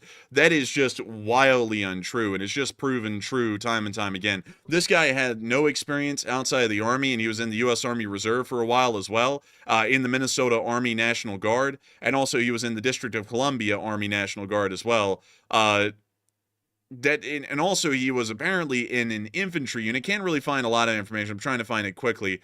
But Cannot really find a great deal of information at this point on his actual military service. I'll be trying to look at that later. But once again, like many, doesn't matter. You have to actually be well read on these other topics, and even then, you don't know everything like I do, and you're going to get things wrong. But to get it that wrong, that's just insane. I mean, if you wanted to say, like I was saying last night, that the Chinese Navy could probably give the U.S. Navy a whipping if we were close to the coastline and having to fight a war over Taiwan, I mean, that actually would be a somewhat accurate assessment. But just to say that the Russian Navy just simply overpowers the U.S. Navy in every engagement and it would take us 7 years to get up to speed, that's just ridiculous. I mean, no Russian Navy out there at this point has the kind of firepower that a U.S. Navy fleet would have of a same size or a scale. It just doesn't. Like, none of them do. Like, we could look at the Baltic fleet, or we could look at the Arctic fleet, or we could look at the Pacific fleet. None of them have that kind of available combat power. Their aircraft carrier, the Kuznetsov, isn't even operational and hasn't been for years because it's in such a derelict state of repairs. Like, it's just ridiculous to make it sound like they're even close to being on our level, much less 7 years ahead of us. Technologically, there's been seldom an innovation in the Russian Navy since the collapse of the Soviet Union. So for 30 years, there's been no developments whatsoever. I don't see them putting Helios laser weapon systems on board their destroyers of a similar class to the Arleigh Burke. I don't see them doing anything like that. That's just nuts to say that the Russian Navy is better than the U.S. Navy. No Navy beats the U.S. Navy in global operations. The Chinese can beat us maybe in a coastal operation near to China because they would have the home field advantage logistically on that, and also on reinforcements and surging and all that kind of a deal. The Russians couldn't beat us anywhere. They couldn't even beat us close to their own shores because they're getting beat by Ukraine right now, right on their own home shore, and the Ukrainians don't even have a navy. So why in the world would the Russians somehow beast on the Americans, considering that we actually have a navy? It's the largest one in the world by tonnage, and not only that, in terms of firepower, we beat out anyone at this point on a global level. Not only that, we can leverage air power in any naval engagement anywhere. The Russians can't. If the Russian Navy, let's just say this, if the Russian Navy ended up somewhere off the coast of southern Greenland, and the U.S. Navy was somewhere also off the coast of southern Greenland, and we engaged in a battle in that specific scenario, the U.S. Navy is going to overpower the Russians because the Russians would have no air power in that kind of an engagement unless if it was strategic long-range air power, which means it would be very small in number and very limited in ability. The United States would have an aircraft carrier on the spot that is able to leverage air power instantly and tailor it to the exact demands of the battle at that moment. That alone gives the United States in any global naval engagement a major upper hand advantage over the Russians, and we largely sweep the floor for that reason alone, because we have the air power advantage. Air power is real power when it comes to fighting any kind of engagement, whether it be on land or at sea, and the U.S. Air Force in the U.S. Naval Air Arm is so large, there's just no way for the Russians to compare to that kind of a deal. So, once again, that's just stupid to say the Russians outdo us by 7 years. I don't know what the purpose of that. I'll be honest with you, Enforcer. I'm looking around everywhere. He might have said it somewhere, and I'm not really necessarily doubting that he might have said it. But the catch is, though, I'm not seeing it reported by any actual, like, established news agency. I'm seeing a ton of people talk about it, and these accounts I've followed for a long time, they typically don't post false things. But I'm not seeing a direct quote. I would have to go through the entire transcript of what he said the other day at Brussels, because I'm not. It appears to be people in the chat are telling me he said it at Brussels, and there's a very long transcript for what he said there. So he might have thrown that statement in maybe during that talk, but I'm not seeing it directly. So take it with a grain of salt right now. It appears to be maybe that, but let's see here. I was trying to see what people were saying in the chat. Let's see here. Yeah, I'm seeing some people say it's a false statement. Some people are saying he said it. So there appears to be confusion. It looks like most people that are quoting it are quoting other people saying it on Twitter. So maybe he didn't make the statement, maybe give him the benefit of the doubt, but a lot of people are repeating it, but that's about it. Apparently, from what I could find, I just did some snooping on it. It looks like he said it at the Brussels conference, the Rammstein one. I'll have to look through the whole transcript and see if I can find that, because it seems like enough people are talking about it that it had to have been said. But at this point, just working on it at face value, all for the super chat, assuming that it's true, that's a stupid statement to make. There's a million reasons as to why it's not a good statement to make, and is just living in la la land. But if he didn't say that, then I would have to say, he just didn't say it. So all my comments have no value or weight to him because it's making a statement off of something that he didn't say. But I do have to say this because it's something that just drives me crazy these days. It really does. And like, I do not mean any disrespect to any veterans when I say this, but just because someone served doesn't mean they know everything about the military. Like, it does not. Like, if you ever go and look at the military, or you have friends in the military, which pretty much all my friends are in the military, most of them don't know shit about anything outside of the job they're doing. And that's no disrespect to them, because the jobs they do great work at it. But my friends in the Space Force are not going to be able to tell me how a Marine Expeditionary Unit is going to be conducting island hopping campaigns in the Western Pacific. They'd have no clue, and they'd quickly tell me that, and they'd be perfectly fine with that, and they would have enough humility and honesty to actually say something like that. A Marine who is in one of those Marine Expeditionary Units is not going to be able to tell you how the United States global satellite relay system works. Someone in the Space Force would know that, but someone in a Marine Expeditionary Unit sure as hell would not know that. So to always act like, because someone was in the military, let's always defer to their intelligence, because, obviously they were in the military, so they just got to be the Swiss Army knife of information. It's just a massive misnomer. Like, it's a misnomer to act like I'm going to know everything about everything. I mean, I read about stuff. I don't know everything, and I'm going to be wrong on things that I talk about. Like, I'm not saying that I'm the be-all, know-all expert on the military either, but to act like someone's going to always be the expert just because they were in the military, that's just wildly untrue. It would be a lot better to have someone who has a larger understanding of the broad umbrella of how things work than for someone to have been in the weeds. That's something that we've dealt with for a while with a particular person that we call Hot Dog Man.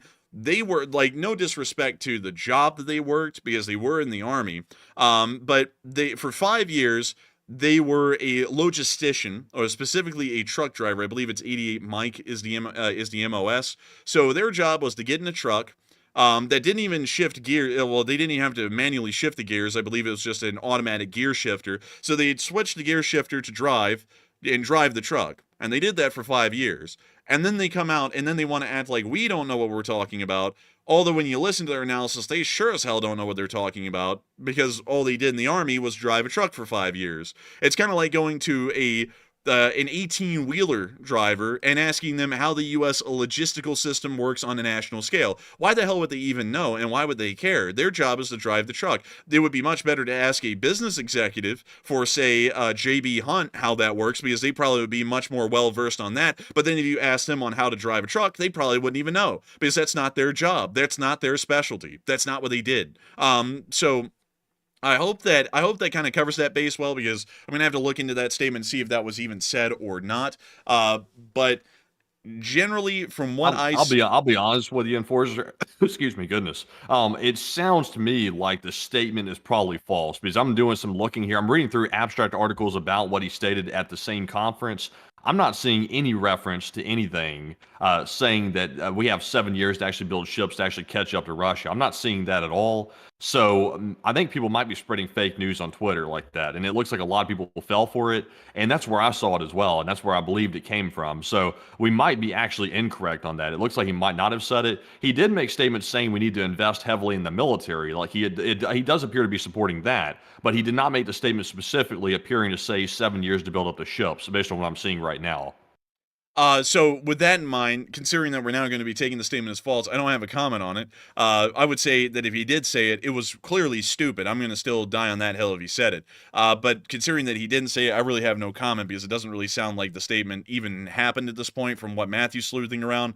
But you really pulled my chain right there, because if that statement was actually true, I would just have to say at that point, with no uncertain terms, the Secretary of Defense has to be stupid, because no one could ever extrapolate that kind of an understanding off of what's going on with the Russian Navy. But considering that it appears he didn't say that, that statement really holds no weight on anything. But anyways, moving on from that, thank you so much once again for support and helping this channel to keep on running. And with that, it is time for us to get on into the rest of the news. And we still have a large amount left to cover. Moving on into the, actually out of the Middle East, we were able to hear that the Chinese want the United States to decrease military spending. They stated that today through their foreign minister.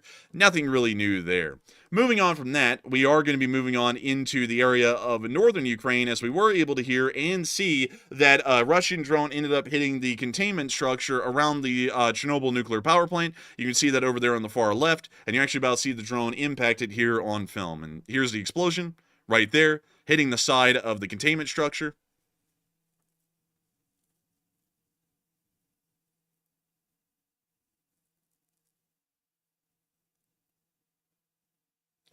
And someone said, and you just spent 10 minutes insulting me. Yeah, because if it's a true statement, then I'm going to stand by what I said, but it doesn't sound like it's true. But that would be an absolute... And also that was the... Whoa. Dang, and also that was the going around statement, by the way, as well. Like, that's what everybody's been talking about and saying today, is saying that he made that statement. So, you know, we don't fact check and go super in detail into every single story out there, because, like, for example, that one, we weren't even going to touch down the stream, so we weren't prepared to talk about it. So, and we go off what we see until we prove otherwise. So, you know, that one appears to be false. So it's better to say it's false on the air than simply just to run with it and, you know, spread disinformation. But it looks like a lot of people have been fooled by that one, it looks like, based on what I'm seeing. Yeah, I would be honest with you. Let's see, what was your name? Something Charlie, like Checkpoint Charlie, Jarhead Charlie. I'd be honest with you. I would be grateful in your shoes that we even admitted that it appears that that statement wasn't made, because most other people on the internet wouldn't have the humility to do that, and they just keep running with it. So I'd just be grateful for that. But anyways, moving on from that, we did get to see the risk of a leak is, of course, forming because of the massive hole in the sarcophagus, and it doesn't look big until I show y'all some people standing around the hole here in a little bit. But this hole is actually quite significant inside the containment structure. According to the chief engineer Tierchuk at the nuclear power plant, he said that there is no increased radioactivity, but severe damage has been caused to the structure because of the Russian drone attack onto this building. We were also able to see some additional video and evidence showing, once again, the damage, and hearing that there is no increased levels of radiation, at least at this point, but severe damage has been caused to the structure. And we were able to see Ukrainians up there inspecting the damage, and now y'all can really get an idea of the scale and size of the crater that's been caused into the side of the containment structure. And now, seeing those guys standing there, let me bring y'all to the full size of the containment structure. So there's the hole. It looks wildly small from this angle because of how large the containment structure is, but that's how big it actually is compared to two people. It's a fairly significant crater into the side of the containment building. And so with that, we don't really know what's going to be going on with this. We hope that the Ukrainians will be repairing this soon, but it looks as though the Russian Federation is attempting to terrorize the Ukrainians at this point with possibly rupturing the sarcophagus and causing a decent amount of radioactive material to continue to flood into the atmosphere and then lazily be dropped around the surrounding areas, possibly maybe even into Kyiv as well. Moving on from that and into our frontline news, we were able to see within the Kursk area that the Russian assault had been repelled today, and we were able to hear some rap music in the background. You can't have a war video without rap. And we can see the drone coming on in. Oh, and the first one's out. Oh my goodness. And we can see them taking out another. Oh!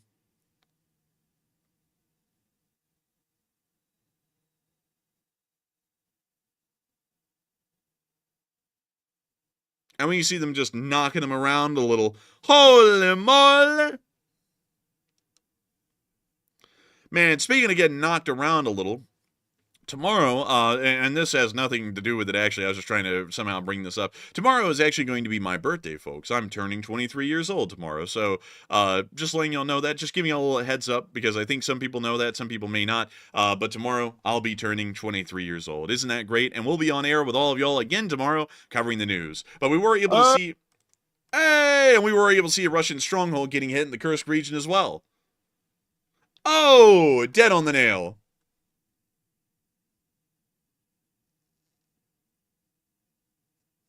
Oh, you see the smoke rising.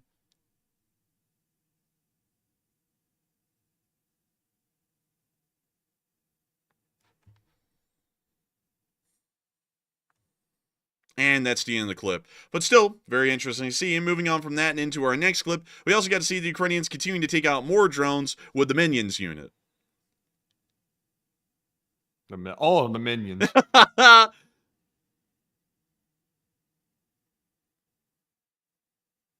Look at that one. That's weird. I've never seen one like that before. Man, that looks like one of those RC planes you buy at the hobby store. Yeah, really. It even had like the like gnawed off styrofoam at the ends.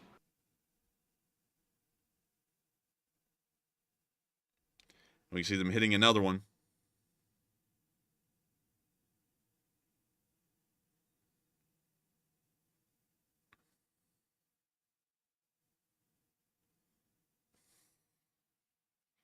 And we see them hitting them.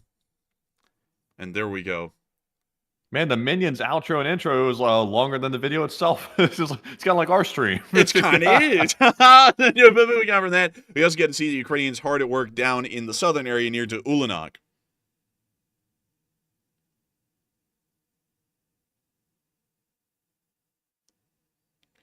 We see them here lining her up. We can actually see that this is a drone launching facility as the video now buffers. And we can see them hitting it and knocking it on out. And this is in Kursk? This is in Kursk. Oh, wow. Yeah, that's Ulanok. That's where the area they're advancing. So, oh, look at that. Hitting them. Bam. Man, hitting them hard, man.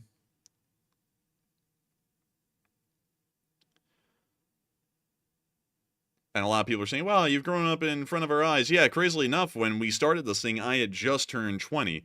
Kind of giving the idea of how much time has passed now.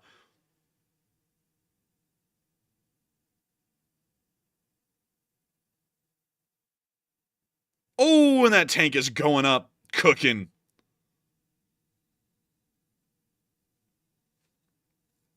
We see another group of Russian vehicles moving through the open fields.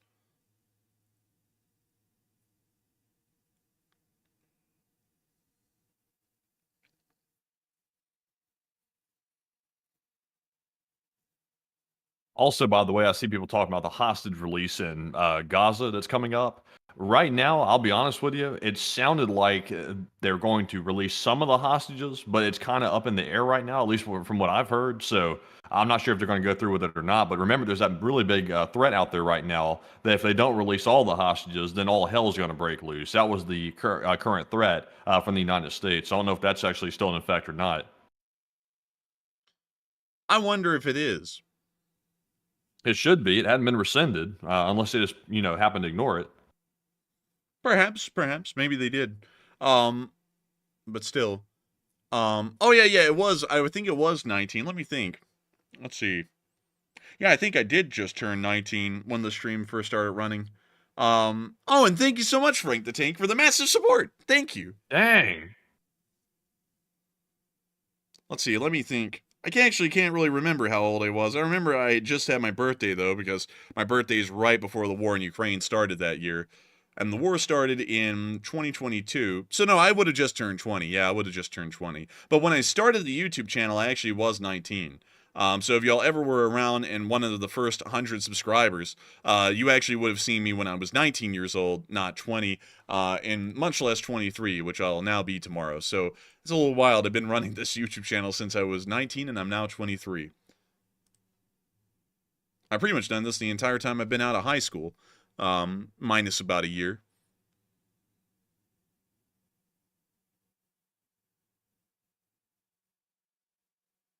We'll see. Someone said on the Gaza situation, someone said it sounded like the presser today said that the U.S. is waiting to see what Bebe or Bibi or Netanyahu, they're waiting to see what Netanyahu's going to decide.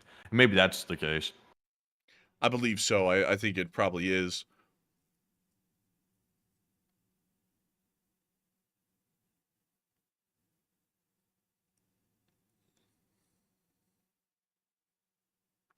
And we can see the drone going for its last target here, which is a Russian. Oh, and they got him dead on the nail. Look at that. Amazing stuff right there. Great to see. And moving on from that now to the Kursk area and into our location unknowns, we also were able to see a Russian combat wagon. Another Rodnik right here.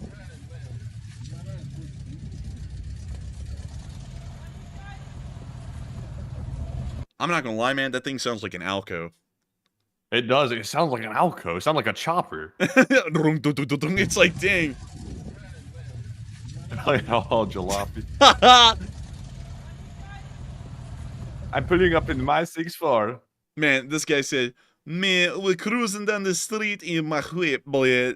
Going to go get a Smirnoff from the liquor store, boy. But, oh, man. Honestly, that's what Michael Myers pulled up in, too, when he pulled up in the blocks and on the street. Man, dude, like Pull it honestly, up, man. Pull it up. You see that picture of Michael Myers pulling up in that old caddy or whatever? You know, that big old bouncy like suspension and everything. one second, Michael Myers in a car. Oh, dude, yeah. Wait, hang Michael on, Myers, man, he came bouncing around that corner. Let's see it. right here. Yeah, there he is. Look, that big old Cadillac right there, man. That thing bounced too. Those old cars like that were built like freaking tanks and weighed a ton, and the suspension was all bouncy and stuff too on them. So they come bouncing around the corner. I've seen memes of this thing right here where they have like the rap music blaring with the windows like rattling and stuff like that with it pulling down the street. That's just hilarious. Man, you know something that's wild about the original Halloween movie, this one, is that that's just a William Shatner mask that they painted white. Yeah, it really is, honestly. No, that legitimately is what the prop was. It was literally just a William Shatner mask painted white, and that was the first movie. So in the modern day, they've actually run into an issue with that because they have to try to recreate the mask. And nowadays, you know, because a lot of people try to make things look more realistic, they make the mask look a lot more human looking than the first one ever was. The first one was cheap as hell. This is from one of the more modern movies, I believe. Well, actually, hell, this is from 2012 from a spoof, and no one could ever get the mask right anymore because that production of the William Shatner mask, I think, largely discontinued, and so they can't really get the same mask again. That's why it looks slightly different in the new movies. They'll just have to let William Shatner actually play the role, and that'll fix it. Dude, he's gonna be going up there going, I'm gonna kill you. You know, something like that. It's gonna, man, crazy stuff. But moving on from that and into our next clip, we also got to see the Russian casualty report as well. And holy moly, those losses are incredible. Man, we got a Bobcat today. One Bobcat. I'm glad to see the other losses are staying high because the Bobcats are definitely going down low. But Enforcer, what say you? Man, and the casualty report is incredible. Mystica Keeper of the Record stated that 81 artillery systems ranks #1 with the highest daily losses and is tied with September 23rd of 2024. 4 MLRSs and 3 anti-aircraft systems are incredibly good as well. And also, hang on, plus 4 yeah, so that is correct. 152 drones is the 5th highest loss of that category, and 156 vehicles is the 9th highest loss of that category as well. And so with that, time to get into the losses. 1,200 Russian soldiers and North Koreans have been wounded and killed in the past 24 hours, along with 16 APCs, 156 supply trucks, 17 main battle tanks, 81 artillery pieces, 152 drones, 4 MLRSs, 3 anti-aircraft warfare systems, and 1 Bobcat skid steer. All in all, it's a pretty good day, and great to see that Valentine's Day came with a great deal of losses. Moving on from that and into the northern front, we were able to see the 3rd Brigade in action against Russian forces in this area. Also, not only in action, but dropping down the beats as well.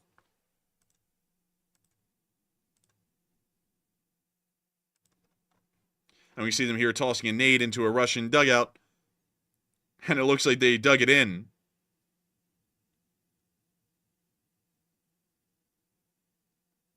Kill him smoking the bear. He's smoking them out.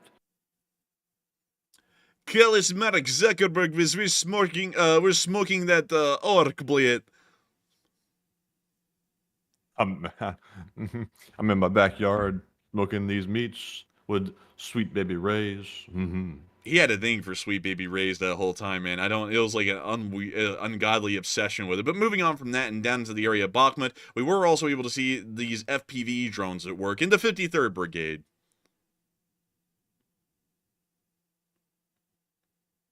When you see them slamming them.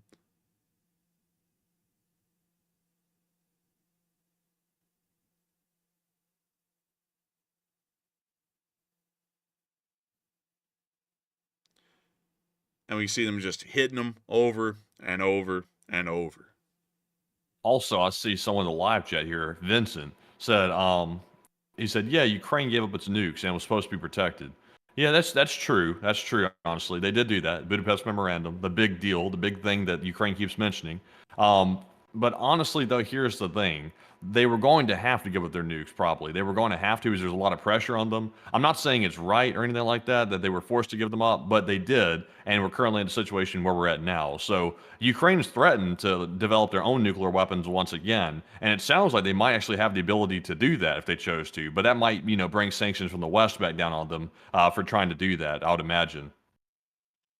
I think it will. Sorry there. I was trying to mute my mic really quickly, but nevertheless, we did get to see that the Ukrainians retook some ground near to the city of Turets today in 2 areas, once again showing that the Ukrainians are conducting limited counterattacks in that area and trying to push the Russians back. Moving on from that and into the Pokrovsk area, we also got to see them hitting some Russian vehicles as well within the 68th Jaeger Brigade. Not only does the 68th Jaeger Brigade fight on the front lines, but they also create this great drink called Jägermeister. But we can see the Russians trying to fire at the drone, but it appears that was no avail. They actually ended up hitting the entire Russian group. We can also see them almost hitting that one. A guy actually fell off. Oh, he jumped. He jumped. And he was fortunate because the drone continued to chase down the four-wheeler here, actually the ATV, whatever the hell that is, and they got him. That's crazy. They never think to swerve or anything. Like, they just keep going straight. Like, oh, okay, just keep going. Man, they just have accepted their fate at that point. They're just like, oh well. And Sweet Cheeks asks, will you guys be live tomorrow? Yes, we will be. We will be live tomorrow. We will be celebrating my birthday on air with all of y'all and also covering the news once more. It'll be a big celebration, beige, blit. Yes, that is true. I'm sorry tonight, y'all. I'm actually just like kind of feeling a little worn out, so may not sound into it. It may also sound a little bit aggravated as well, and that's just kind of because I feel tired today. Really tired for no reason. But anyways, we can see them continuing to hit Russian forces over and over and over. It's very nice to see.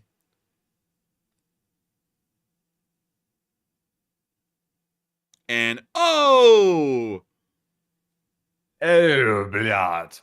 Also, by the way, I see a lot of people talking about that nuclear situation with Ukraine. Everybody's saying they 100% have the knowledge to do so in Ukraine. They could develop nukes if they wanted to. I think they got the scientists. Obviously, Russia was talking about the other day. They need those Ukrainian nuclear scientists to upkeep Russian nuclear weapons, and they're all inside of Ukraine. All those really smart scientists that can develop them, they're already there, and they also have the ability to enrich uranium as well, to my knowledge as well. So all the building blocks are there for Ukraine to develop nuclear weapons. Basically, the only thing preventing them from doing so is Ukraine playing it, I guess you could say, sensible and not going against Western wishes for them not to nuclearize once again. If they decided to abandon that, they could probably build nukes. that is true. It actually would be very easy for the Ukrainians to just start cobbling up nukes if they wanted to. They have the ability to do it in every single measure, and it would be a fairly quick thing for them to implement. Oh, we can see Scooby and the gang running off from that truck. But one guy, he just kind of fell out of the door and then just laid on the ground. And we can now see another one getting hit as well. That might be a good poll to put up later, by the way. Like, do y'all think that if Ukraine can't get the security guarantees or the NATO membership that they need to ensure they're not going to get reinvaded, do you think that they're going to nuclearize? Or will Russia try to stop them before they get to that point? That might be a good question. That's an interesting question. That actually is an interesting one.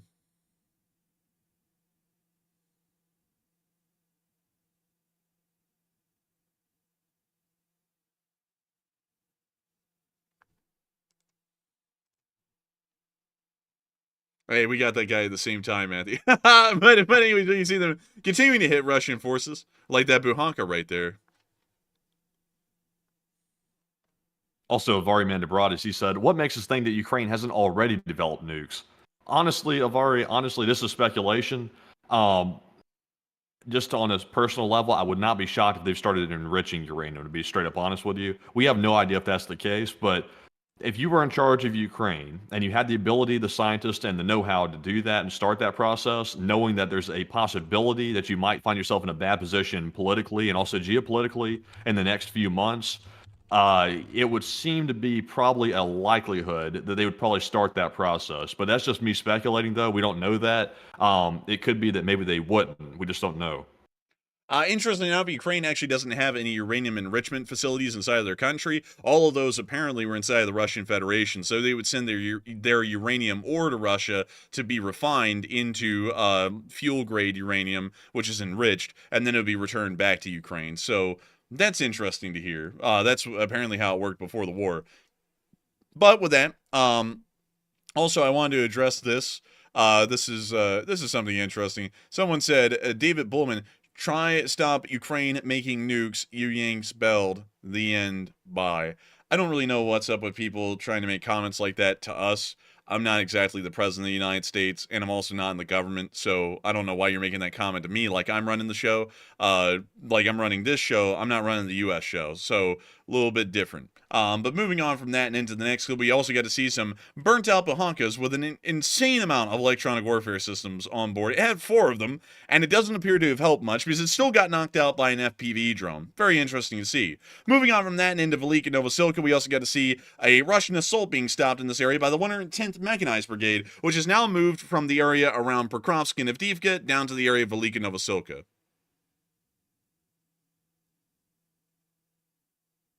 And look at that. They're kicking up dust. They're kicking up that dust, putting a little dirt in their eye.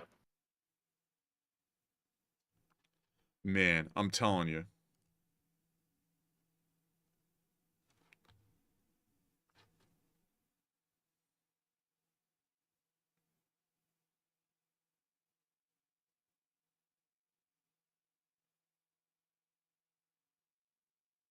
Look at them. Plowing through. Making their own path. Going off the beaten path. Taking the path less traveled, that is. Man, and it looks like it didn't really pay off either. Oh, Bliat. Who would have known you should stay on the beaten path when you're in the war? Oh. Who would have thunk? Well, that's the end of the clip right there, but still an interesting one for sure.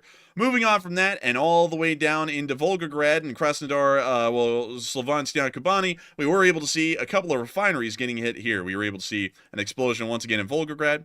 We were able to see this guy also showing it as well. Oh, Oh! Oh my god. Oh my god! Oil.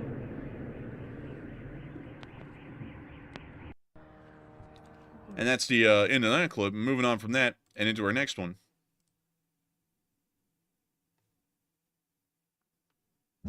Oh! More car alarms.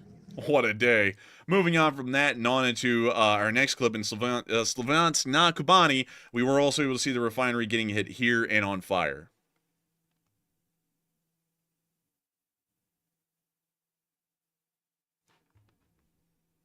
And what a sight.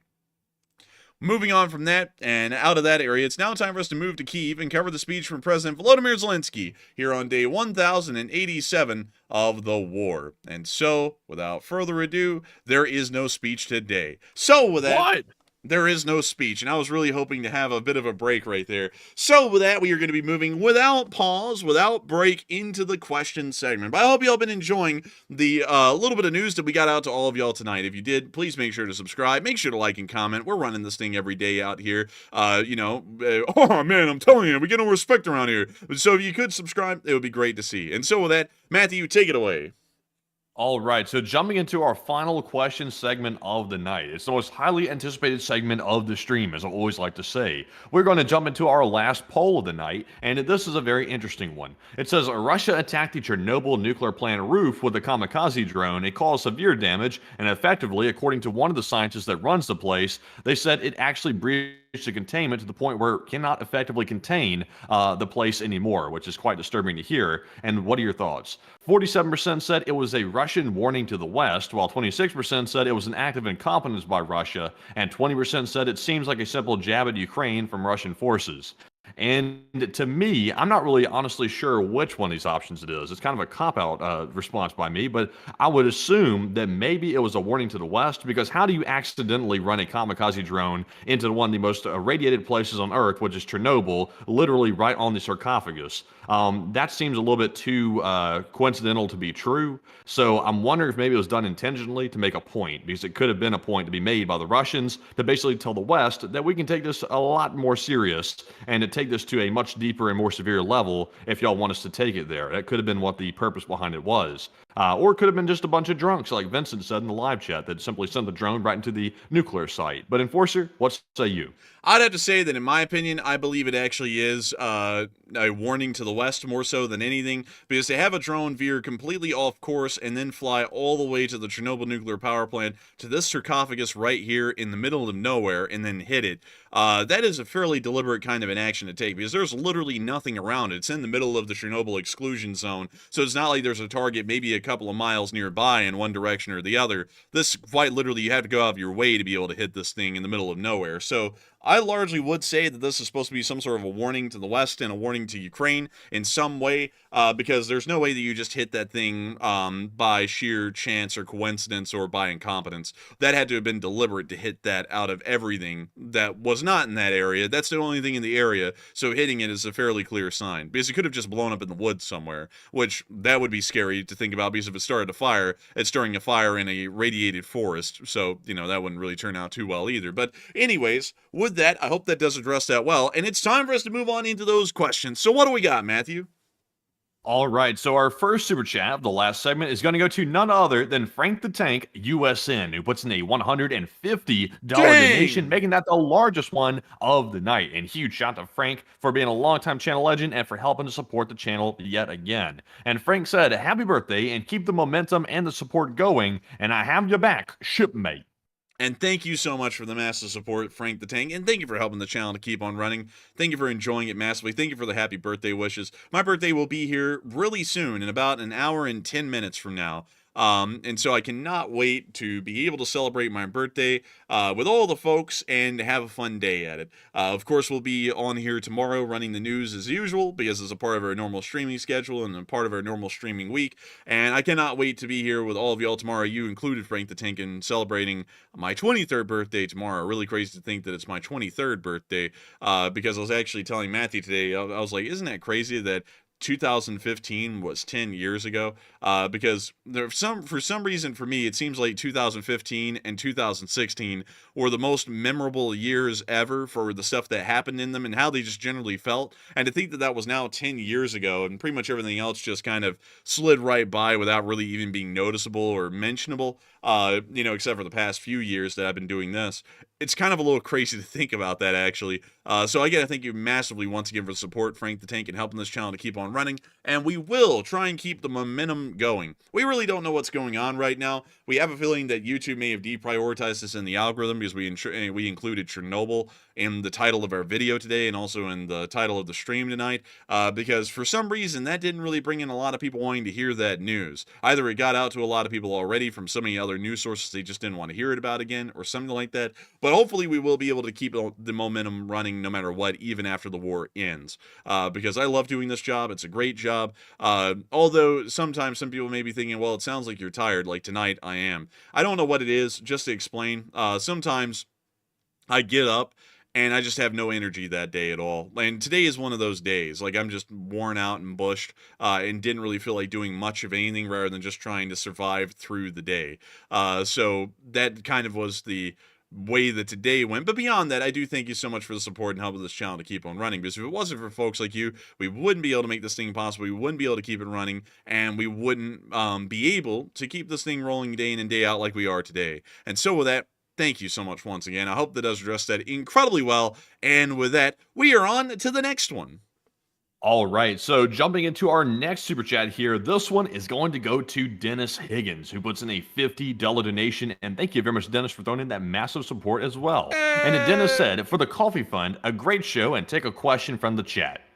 And I gotta say, thank you so much for enjoying the stream. Thank you so much for the kind words. And thank you for always having something wonderful to say about this stream and wanting to keep it running. Folks like you really make this thing worthwhile to run and make it something fun to do for us every single day. And I got to thank you so much once again. And thank you so much for the kind words. And we will make sure to take one from the chat. So what do we got, Matthew? All right, so this question from the chat is going to go to DT, who says, was the USA the first to develop the nuke? And if so, how did other countries get them? Yes, we were the first to develop atomic and nuclear weaponry for the large part. The Soviet Union got it because they ripped us off. The damn commies had rats inside of the nuclear program that gave away our atomic and nuclear secrets to the Soviets, so they ended up developing a nuclear weapon several years later. But other countries got it through their own weapons development programs. The British and the French largely got their own nuclear weapons through their own development process, as well as other countries, including the People's Republic of China and South Africa. South Africa actually does not have nuclear weapons anymore. They were the only country to completely denuclearize. But Israel also has nuclear weapons, and North Korea does as well. Most of these countries, except for the Soviet Union, entirely created their own nuclear weapons development program, because scientifically, once the science is discovered, it's not that hard to recreate the wheel. It just takes a couple of years to be able to do it. But the Soviet Union literally stole it from us, and then that's how they got any kind of nuclear technology. Once again, the Soviets doing what they do best, stealing from others. But beyond that, I hope that does address that well, at least the best I can. And let's see here. And with that, thank you so much once again. I was just making sure there wasn't anything interesting in the chat yet. And with that, we are on to the next one. All right, so real quick, before we move on to our next super chat, this is actually going to go to our poll that's currently running. So let's see what y'all thought about the poll that's currently up. It says, will Ukraine develop nuclear weapons if effective security guarantees are not provided? 72%, the overwhelming majority, said yes, they will develop nukes, while 28% said no, they simply will not. And I would say that I think they are going to develop nukes. I think that might be the one piece of leverage that Zelensky still has over the West, is that he's probably sort of giving the indirect assumption that if he is not properly protected by the West and he's abandoned, then he might go ahead and develop nuclear weapons to ensure that he can't be reinvaded by Russia in the next year or two. So that might be what's about to happen. Of course, that's just speculation. That would be a very extreme step to take by Ukraine. I think that would be a last resort that they would resort to, but it could be on the table. But there's just no telling right now because we don't have the behind-the-scenes statements from these folks. But Enforcer, what say you? I would have to say I believe they probably would develop a nuclear weapon, because that would be their only assurance that they would never get invaded by the Russians again, is that the Ukrainians could say that they're threatening their sovereignty. It's an existential crisis, and then they can nuke the Russians in defense. So I have a feeling that that probably is something they're going to be moving towards, especially if Ukraine ends up in some kind of a neutral zone sort of an arrangement, and they're pretty much screwed into it. I think that that's probably what they'll end up doing. So with that, I hope that does address that well, at least in my opinion. And with that, we are on to the next one. And our next one goes to Waba, who puts in a $20 donation. And thank you very much, Mr. Waba, for that $20 support and helping to keep us running. And Waba said, my nukes are better than yours. Hey! And thank you so much for the support, Waba. And our nukes bring, well, let's see, I don't know how to make a joke out of that, honestly, tonight, but I do thank you so much for the support, and our nukes are better than their nukes. It's just how it works. I mean, we actually put money into maintaining them. The Russians don't. But beyond that, thank you so much once again. I hope that does address that well, and thank you once again for enjoying this channel and supporting it and helping it to keep on running, because if it wasn't for folks like you, we wouldn't be able to keep this thing running well on into the present day. And so with that, huge thanks once again, and we are on to the next one. All right, and our next one goes to Cookie, who puts in a 20 as well. And huge shout out to Cookie for that support. And they said, could NATO adopt a special resolution to accept Ukraine into NATO membership, considering all NATO countries are currently supporting them at this time and the current circumstances? Let me check. Can the NATO charter be amended?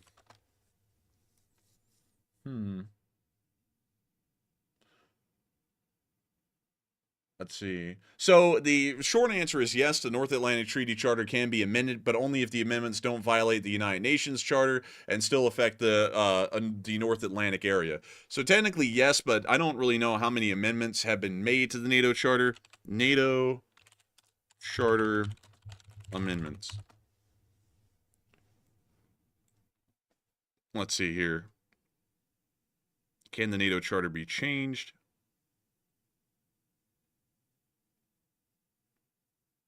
So it's never really been used in that kind of a way before. Apparently, this has only been used to clearly delineate which territories are under the purview of NATO. So I would highly doubt that they would ever modify or amend the charter to include such a provision, because it doesn't appear that they've ever done anything like that before over the entire existence of NATO. And there's been other pressing incidents where something like that would be needed. I generally would have to say that the senator's statements most likely were uninformed, and I know a lot of people are going to be saying, wow, that sounds like you're really jabbing at him. No, not really, because believe it or not, senators don't know, like, senators and Congress members don't know shit. I wish people knew that.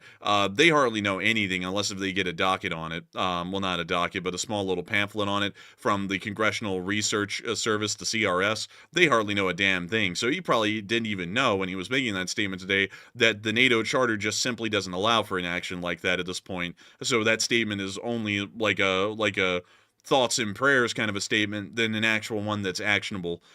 So, you know, that's largely what I think. because that's something that a lot of people don't know, and that's another thing where I don't really take a lot of what Congress members say anymore seriously, is because most of them don't know anything. They just talk to talk, and they don't know whether it's constitutional or legal, or if there's something that would cause a roadblock to that, or how that would really work in practice, or how that might affect other things. Most people in government now don't know any of that. They just say things and then act on it, and then there's untold consequences because they didn't really factor those in. So that's kind of how it works. At least from what I know. And then someone has to try and make it political. But there's stupid senators and representatives from everywhere. It really has no geographical boundaries.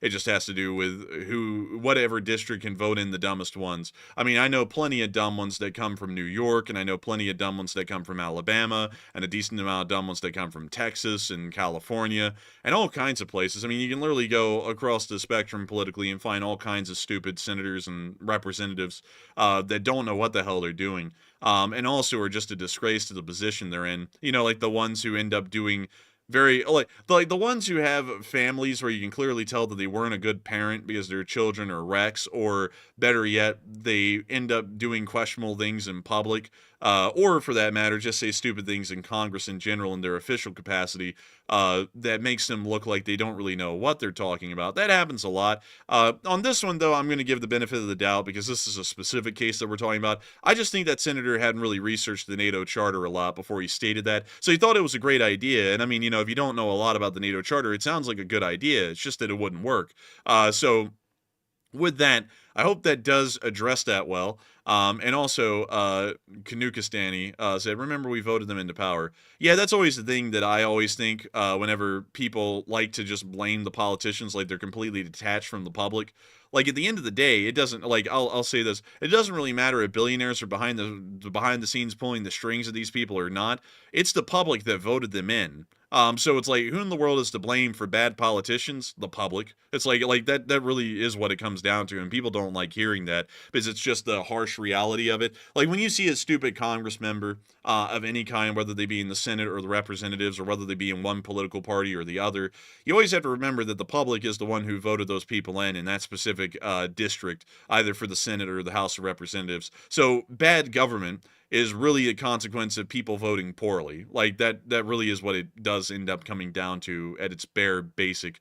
And that really comes down to an uninformed voting populace that really just works off of the quickest and easiest things instead of doing any actual research. Because it's crazy to me how people can research blockchains and cryptocurrencies and futures, but they will hardly put any of that effort researching their actual representatives, senators, and presidents that they vote for. They just vote over quick things. Like people, think about it, man. That's really crazy when you think about it. People will do loads of research on APRs on cars that they're about to purchase and all this kind of stuff. They'll do loads of research on that. I mean, till the cows come home, on finances and all kinds of things. But then they'll do no research on the representatives, the senators, and the presidents they're electing.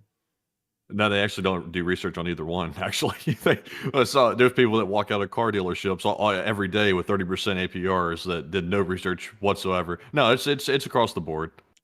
Yeah, well, I've seen some people though, man, like just being straight up. Like I know you're largely across the board on that, but I've seen some people straight up, man, who will do insane amounts of research on things like crypto, and then will just vote one party all the way because I saw something on TikTok, and it's like, how in the hell can there be such a disparity in between your research efforts on something as important as governance and administration and, finance? It's like, they're both important. Why not put in the same effort? And you don't see it. Like, it's a great thing. It's wonderful because it lets you know that the country truly is, in its natural habitat. Like you just got people voting for whatever the hell, and it doesn't even make any sense. And that's something that I always get a crack out of. Like you'll hear things like, well, I'm not even going to get into that kind of stuff because you'll hear all kinds of different things from the different political parties, and it actually will screw over the people that are voting for them, but they'll just vote for them because they vote all one party or the other, and they don't even think about it. And it's like, that's just crazy. That's insane. Like, it is actually crazy. Because these people don't lie. Like a lot of people don't understand that. Yes, they do lie, but they just lie because people are gullible enough to know that they'll vote for them again. Like representatives get voted in every 2 years.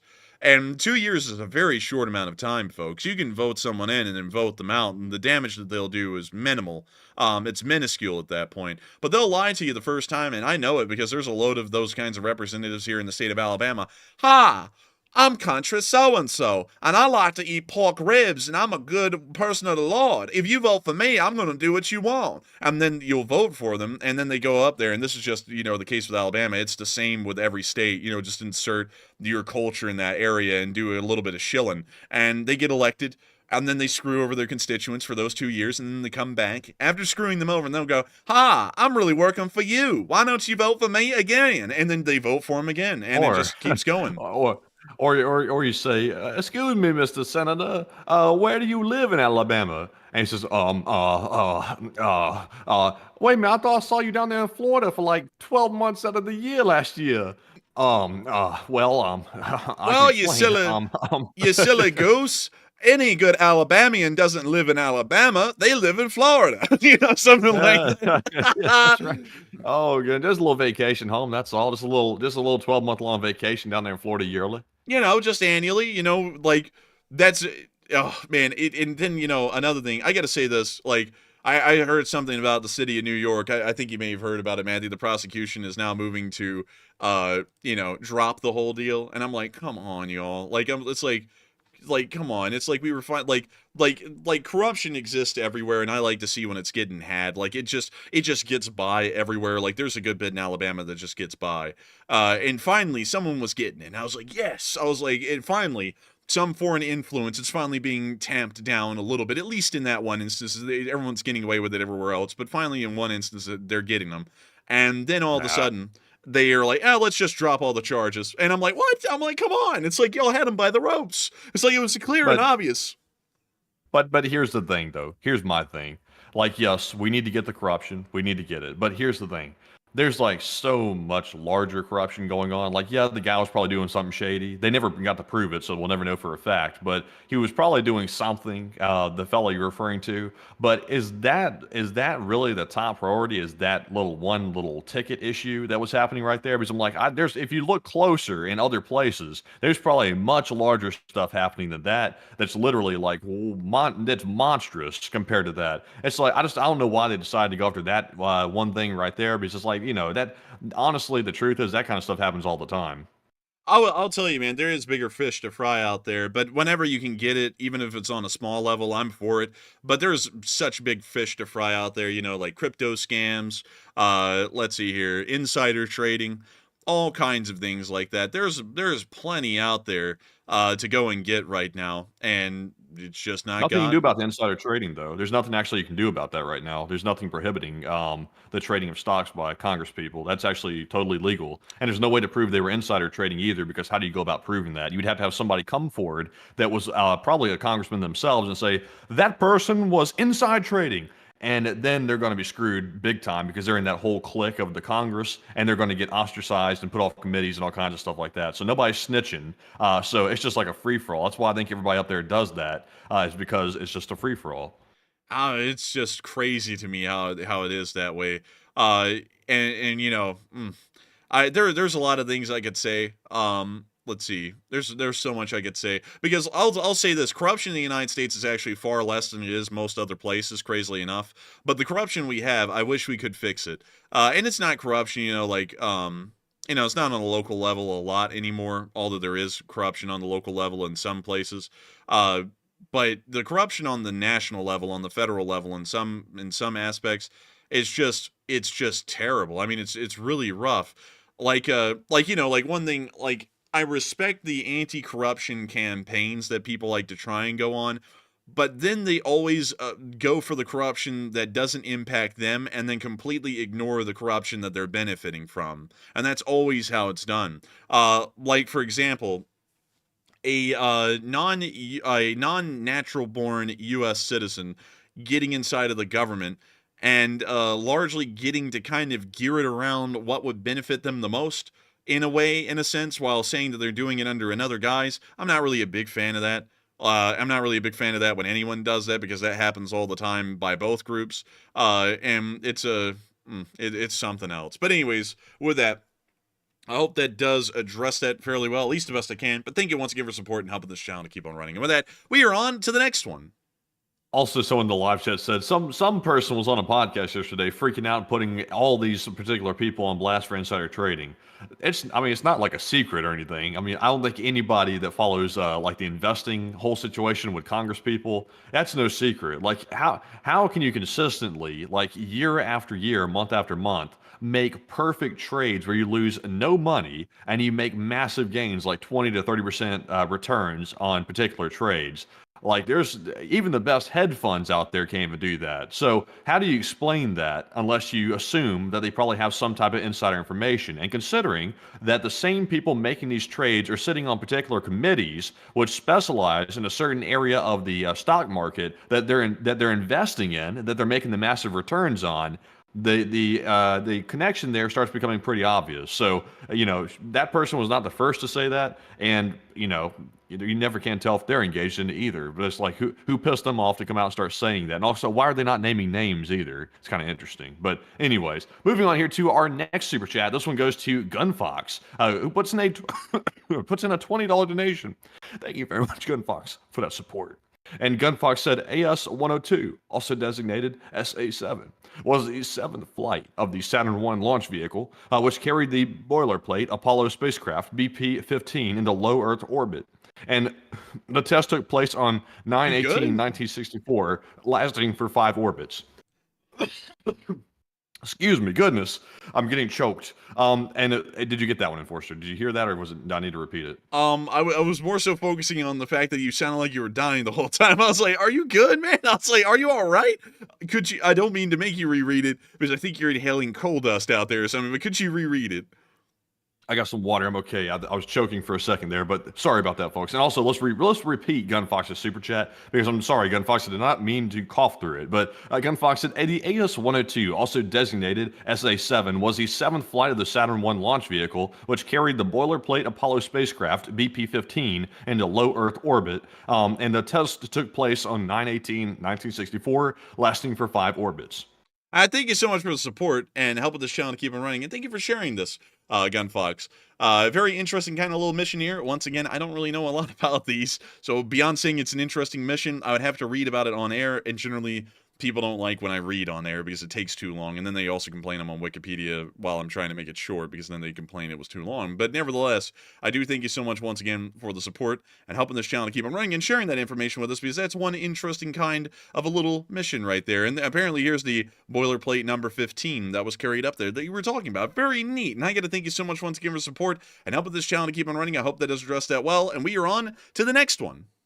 All right, and our next one also goes to Gunfox, who puts in a $20 donation. And thank you very much, Gunfox, for the second support. And also, everyone thought I was doing the RFK voice. No, I was actually legitimately choking there for a second. I was trying to hold it back, but it wasn't working. But Gunfox's second super chat said, the AS-103 was the 3rd orbital test flight of a boilerplate Apollo spacecraft, and the first flight of a Pegasus micrometeoroid detection satellite, and also known as the SA-9. It was the 3rd operational launch of a 2-stage Saturn I.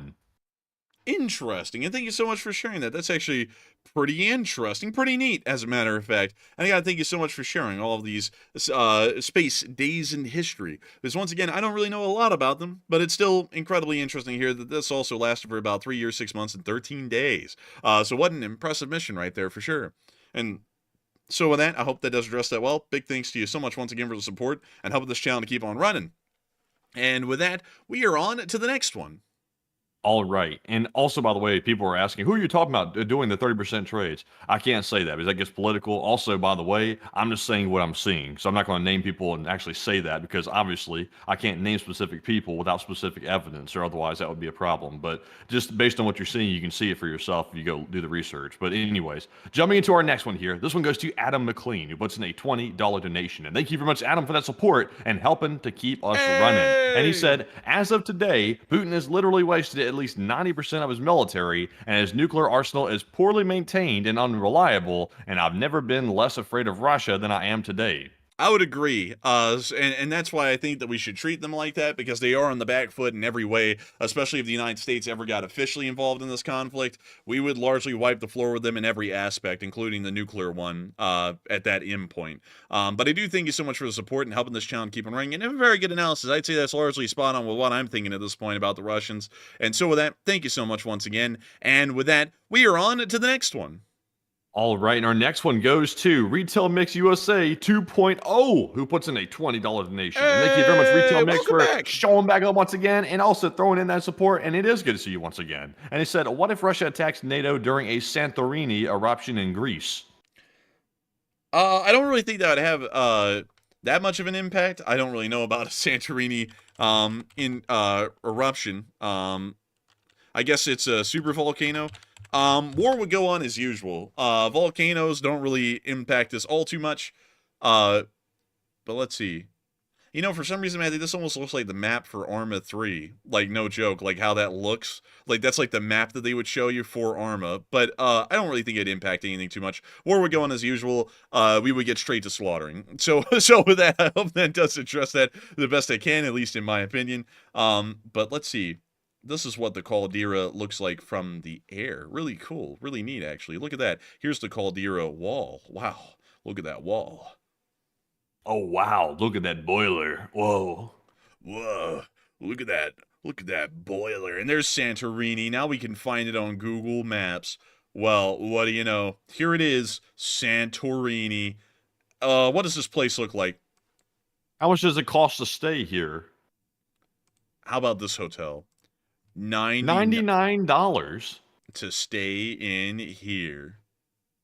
Man, I just might show up and set up shop. Man, it might be cheaper to be here per day than it is to live here in America. I be damned. Like, it's like, whoa. Man, I'm telling you what, man. The authentic... the family bakery. Oh, what they got at the family bakery? The family bakery? Oh? Oh? Oh! Yo, the family's cooking up some delish. Man. Whoa, my God. Whoa, baklava? The family's cooking up some dishes. They got pizza? Damn! Man, I want to go to this place. So this is actually extremely good. Look, they got beer. They've got desserts. They have cat. They have cat. Man, that's a cute cat. But what else do they got on this island? I be damn! We gotta look around. Petrino. What is this place? People wandering around. Damn, squid? Son, this food looks good. That's a squid. What is this? A sausage. I don't know what that is. Hummus? I don't know. Hummus. I call it hummus. Mussels? Wow. Incredible. Amazing. Look at that. Oh, man, they got the tomato soup. Man, you know something, man? They actually say, what country's better, Greece or Lebanon? I've actually heard that this is an argument before, and I had to be honest with y'all. Hands down, I think it's Greece, because Greece ain't run by a party of terrorists. So, like, I just gotta be honest. But beyond that, I gotta say, what a nice country Greece is. It's not the wealthiest of countries these days, unfortunately, but it is a very interesting one, steeped with history. Like for example, many of y'all would know of the ancient Greek Acropolis. And up here on the Acropolis is the Pantheon. This one right here. And so many people, they go, why is it like this? Why does it look so destroyed? What a story. Y'all wouldn't believe this, but at a time, this was actually controlled by the Ottoman Empire, and they used the Pantheon right here as a powder storage for gunpowder. So the Venetians came down one day, because it was in the middle of war. War is not important, but to explain what happened to the Pantheon, they aimed cannons at the Acropolis because they knew that this was pretty much the main fort that the Ottomans were using to defend the city of Athens, and one of the bombards got lucky, and the bombard went through the wall of the side of the Pantheon and exploded in the middle of it, detonating all of the powder storages inside of the Pantheon, and that's largely why it looks like this now. That's interesting. I didn't know that. Yeah, because before this, it was actually a somewhat intact building. Let me go see if I can show y'all the Athens Pantheon through time. Let me go see if they have different illustrations of it, because it didn't look the same the whole time. It actually went through a lot of an evolution of sorts. So let me see if I can find this for y'all. Yeah, this is a pretty decent one. This is a pretty decent one. From a Facebook, but still, it matches up. It's largely what we're looking for here. So, originally, in its original Greek form, it was a pantheon to the Greek gods. Then, during the Roman Empire, it was a pantheon to the Roman and Greek gods. But moving on from that, as the rise of Christianity happened, the pantheon was actually restructured into an early church, specifically, I believe, under the I believe it was the Eastern Orthodox Church at the time, and then it ended up becoming a church. And it was a church until 1458, until the Ottomans took over the area, and then they converted it into a mosque, and it got a minaret. But after the whole minaret thing, and sometime in the 1600s, that's when it got blown up for the large part, and that's why you see it as it exists largely today, like that. But they are rebuilding it little bit by little bit. They're reconstructing and taking some of the debris from the surrounding area to try and rebuild it a bit, so that way it looks more so like it did back in the day before it got blown to smithereens in the middle of a bombardment of the city of Athens. So a little bit of an interesting thing about probably one of the most famous buildings in all of Greece. But another thing that's interesting about Greece is that it's great for cooking, and also Greece is considered to be the home of democracy for the large part, because it was the first place that had any kind of a democratic governance at all throughout history. But so many interesting things. Like, for example, Mount Olympus, which is right here. This is Olympus Mons, which is Mount Olympus of Greek god fame. So the Greeks said that the gods lived up here on the top of the mountain.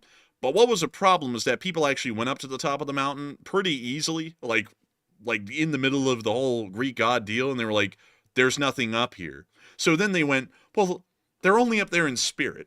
And then they tried to like rebrand the whole thing to where it was like kind of only in spirit. So then the Roman version of the Greek gods really took off in Greece, because this explanation wasn't really making that much sense. And it made a lot more sense with what the Romans were saying, is that they really weren't even on Olympus. They were just kind of off in the heavens on the distant planets. And that's why the planets were called, were named after Greek gods like Venus, Mercury, Mars, Jupiter, and so on. But anyways, with all that in mind, I hope y'all enjoyed that. Hopefully that's correct, or maybe I got a little bit of that wrong, but that's largely what I remember from it. So if it's right, it's right. If it's wrong, it's wrong, and oh well. But let's take, what is this? What is going on here? Is that a strip mine? Man, they strip mining more than Chris's mom. Holy moly. Good lord, that's actually a pretty massive strip mine right here. This takes up like a large bulk of that area. What else do we have? Oh yeah, there's Macedonia. Very under-mentioned. But Macedonia is actually really pretty as well.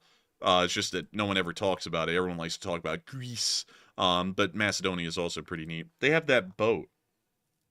You know, oddly enough, Greece is a very dangerous place to be deployed as a intelligence officer. Did you know that? No, I didn't. Yeah, it's actually very dangerous. There's all kinds of like domestic groups, terror groups, let me just say that operate there, that are actively like trying to target intel case officers. Like, that's a thing. And there's been stories out of there that have been quite interesting about some encounters with those groups. And they apparently really do not like the American intel officers. That's something. That's interesting. I guess you could say that that relationship is a little bit slippery, kind of like Greece. Pun intended. Oh. Well,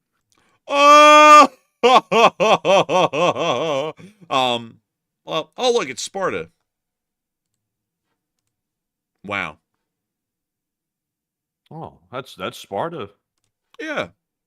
See, they put a helmet there just for that reason, just so that way you knew that was the town.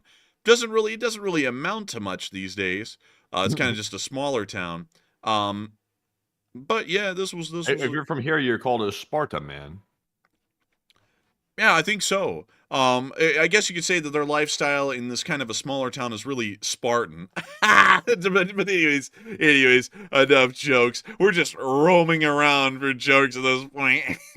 But anyways, Also, by the way, I bet y'all don't know that as well, but it's impossible to, well, it's really difficult, not impossible, to build subway systems or metro systems inside of the city of Rome, because every time they try to dig for a subway system, they just end up running into ancient ruins under the city, and then it ends up becoming an archaeological site. So it's almost impossible to build any kind of new metro systems within central Rome, because you're always running into ancient Rome underneath modern-day Rome. And that's another thing that people don't know. Is that because of all the silt and sediment that's been deposited over the by the river Tiber over the years, pretty much the entire geography of Rome has changed since then, and also most of ancient Rome is actually buried under the current city. They didn't demolish it and then build what they have now. It's actually just sitting on top of everything that once existed. You can really see that well around the Pantheon, because the Pantheon's original foundation was built at the time at ground level, but you can actually see that the silt and sediment built so much up even around the Pantheon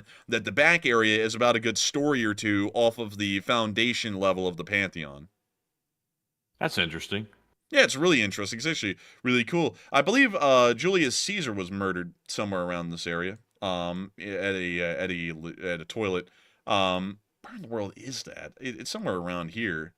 No, that's not it. It's an open park. It's just that it might take a little bit of searching to do. Let's see, where in the world is it?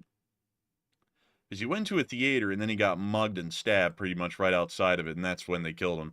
As opposed to the original depiction where they killed him in the Senate. They did not do that. They pretty much just like stabbed the guy coming out of a bathroom, and that's how they killed him. So I wish I could find it though. And also, a lot of people say Roman concrete is exceptional. We actually can make Roman concrete in the modern day. It's a bit of a misnomer that we cannot. Problem is that Roman concrete is much more solid and less viscous than modern concrete, and that's why we don't use it, is because to be able to actually mold and shape that kind of concrete, it would require a lot more labor, and it would be a lot more extensive. Not only that, but the amount of traffic and weight that would be sustained by that concrete would still require it to be replaced in a couple of decades' time. So it really doesn't justify the expenditure and cost to use that kind of less viscous concrete. And so for that reason, we go for the more viscous concrete that's easier to lay and also easier to replace in, say, 2 to 3 decades' time from its original laying, which is an interesting kind of a little side fact. But anyways, with that, also, thank you everyone for the birthday wishes. It's still 30 minutes till the 15th of February in our time zone, so I haven't turned 23 just yet, but I do thank everyone for the birthday wishes and y'all's local time zones. Very nice of y'all. I thank y'all greatly for that. Thank you greatly. Also, man, you know something else that's interesting about Rome is that they have this giant basilica, not in Rome, but actually in the Vatican, called St. Peter's Basilica. It's this one right here, this famous one right here. Oh, that's interesting. Yeah, it's a fairly interesting building. You want to know something that's even more interesting about the building than the fact that it is probably one of the most impressive cathedrals in the world? What's that? It's the fact that St. Peter's Basilica is largely made out of recycled marble that they got from all over ancient Rome and all of the Roman buildings that once existed in this area. Now, the Catholic Church actually did demolish a lot of the larger Roman public buildings throughout the city, so that way they could use the marble inside of this basilica. But one thing that is, or the cathedral, the basilica, whatever you'd like to call it, and one thing that's really interesting is that the Roman Colosseum down here, you'll notice, if we can get a good view of the outside here, you'll notice that this side, most of the outer walls have completely collapsed, and that's because of some earthquakes, and also the fact that the Roman Catholic Church was literally stripping this side bare to the point that it started to compromise the structural integrity of the building. So by the late 1500s, they shored it up to stop the remainder of it from collapsing, but they didn't really touch or mess with, for that matter, the famous side that all of y'all know about over here, because it was a part of the main road that would head to St. Peter's Basilica, and it made an impressive backdrop for papal processions. So they made sure to largely preserve the side of the building as best as they could for that reason, while the other side was largely mined and resourced for the marble that would end up being put into St. Peter's Basilica. So a pretty little interesting fact right there, something that a lot of people do not really know, but generally most of the structural damage caused was from the earthquakes, but some of that's also been attributed to the Roman Catholic Church going in and really stripping everything clean. Also, another reason why there isn't any spectator areas anymore inside the Coliseum is because most of that was also covered in marble. Like the actual seats were marble covered, and they also stripped all of that marble out of the Coliseum as well. So this almost ended up becoming a marble quarry during the time of the Middle Ages, and that's why it looks like it was stripped so bare, because really it was. So I hope that interests y'all. Also, I like that gull, that seagull. What a nice seagull. But nevertheless, Oi. or whatever. But anyways, with that, I hope y'all all found that quite interesting indeed. And thank you all once again for the support and helping this channel to keep it running. And with that, it is time for us to move on to the next one. All right. And also, I don't know what's going on in Texas, apparently, but Texas is getting shook. Some earthquakes happening out there in Texas. So I didn't think that was a thing that happened out there very much, but it sounds like the people that live in Texas are saying they're getting shook up. I saw some person saying they got a 5 magnitude out there, so very interesting. But anyways, we're going to be moving on to our next super chat, and this one goes to Trism666, who puts in a 23. And thank you very much, Trism, for that $23 support. And they said, "Happy birthday." And thank you so much for the support, Trism, and thank you so much for wishing us a happy birthday. Well, wishing me a happy birthday. It's not Matthew's birthday yet. That's coming around here in the summer. But I do thank you incredibly for the support and helping this channel to keep it running. And thank you so much for the birthday wishes, because they mean a lot to me. I thank everyone so much for really wishing me happy birthday. And so with that, thank you so much once again. I don't know what's got me hiccuping the whole stream. Y'all might notice me like pausing and stuff in the middle of it. I'm hiccuping a lot, and I think it's because we ate really late. But beyond that, thank you so much once again for support. I hope that does address that well. And with that, we are on to the next one. And our next one goes to Jigglesworth, who puts in a 20 as well. And thank you very much, Jigglesworth, for that support. They said, "For the birthday cake fund, and take one from the chat and LLT LSA." Hey, and thank you so much for the birthday cake fun, and thank you for the support and help with this channel to keep on running. Hopefully, I'll have a good amount of cake tomorrow. Sadly, I actually have been busy enough most days that I haven't really had time to focus on my birthday, so I don't really know what it's going to look like tomorrow, but hopefully it'll be a pretty good one nevertheless. And so with that, thank you so much once again. I hope that does address that well, and we will get one from the live chat. So what do we got, Matthew? All right, and this one from the live chat goes to Darth Egregious, who says, "Do you think this is in response to the troop buildup in Belarus?" No, I don't really think so. I think it's more so for diplomatic leveraging reasons in the Munich conference, considering that the Russians didn't show up. But I don't think it's in direct relation to the Belarusian situation as itself, because that's not really how it was presented to the public or stated to the public. So with that, I hope that does address that the best we can, at least in our opinion. And with that, we are on to the next one. And our next one goes to Adam McLean, who puts in a 20 as well. And thank you very much, Adam, for that support once again. And he says, "Happy birthday. I really super freaking love you. There's something about being alive long enough to know what the hell is going on. And I can't believe how much you understand about life in America today at your age." And thank you so much for the support, and thank you for the kind words, and thank you for the birthday wishes. I would have to say, it's really easy to see what's going on in America. Like a lot of people want to say, wow, like you sound smart and stuff when you talk about, analysis, or people just want to come in and say I'm stupid, and then they don't even know what the hell they're talking about. It's one or the other. But one thing with America is that I feel like a lot of people who don't see what I'm saying have got to be just living with their eyes closed, or they got to be living blind, because if you just sit back and look at things and not get invested in a political party, you can clearly see how it all works and how it all goes down. And it's just so obvious. I mean, it's really why I don't like to get into politics at all. And then people act like me criticizing politics across the board is political. It's not. And if you think it is, you're just thinking that because I'm bashing your party as well, and you're a diehard leftist or right winger, and so you can't take any kind of criticism of your group whatsoever, even if it's fair or equal on both sides. But as far as that goes, you would have to be blind to not see it. That's why I really don't like it when other people on YouTube go out of their way to like pick a political camp to be in and just support it, because it's just not I guess they're living with their eyes blind, and that really starts to make me question if their analysis would ever be good, because they've got to just be insanely biased at this point to not see clearly things that are a major issue that could clearly be seen if you just look just a little bit. I mean, you don't have to be a genius or a nuclear physicist to see this kind of stuff and say it, but nevertheless, with the amount of people who act like they're blind and act like they don't see it, you would think that you have to be a nuclear physicist or a scientist to see it, but it's incredibly easy. But beyond that, I do thank you so much for the support, Adam McLean, and helping this channel to keep on running, because it is folks like you who help to make this thing possible. And I saw someone to call out a specific YouTuber.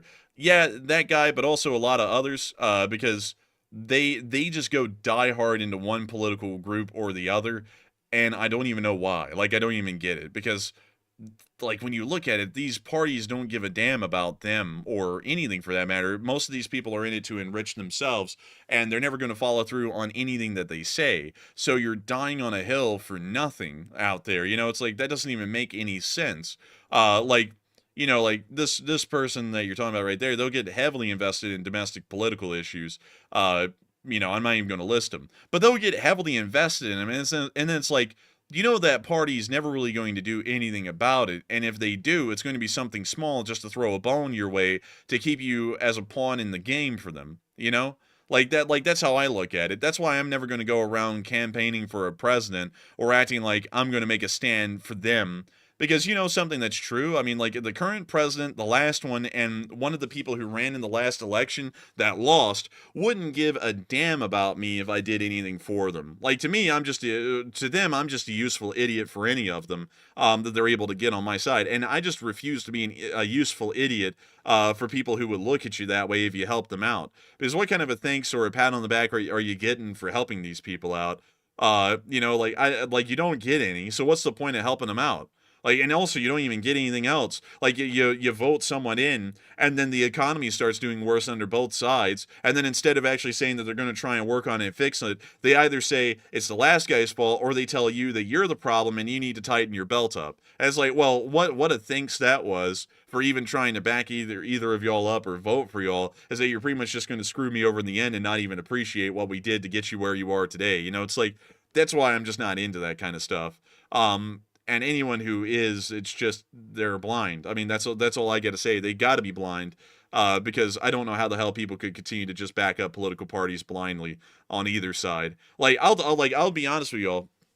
As far as I'm concerned, the way I run politics in my world with how I would vote and how I vote, it's pretty cutthroat. If I just don't like someone, I'll just go vote for the other party despite them. Like, and I feel like that's how it should run. Because it's like, you better be fearful to rights. If you don't do your people right that are voting for you, they're just going to go vote for the other side. Because if we're going to get screwed over, I would just ensure that it isn't the guy who lied to you to screw you over. It'd be the person who clearly is going to screw you over. Like, at that point. Because then that would scare the next people in line enough to know, if I don't do what I'm actually saying I'm going to do, or at least give it a damn good shot, these people are going to make me lose my job in 2 years or 6 years, depending on whether you're a representative or a senator. And people just don't do it that way. You know, like, they just don't. They just go, it's all red or blue either way every single time.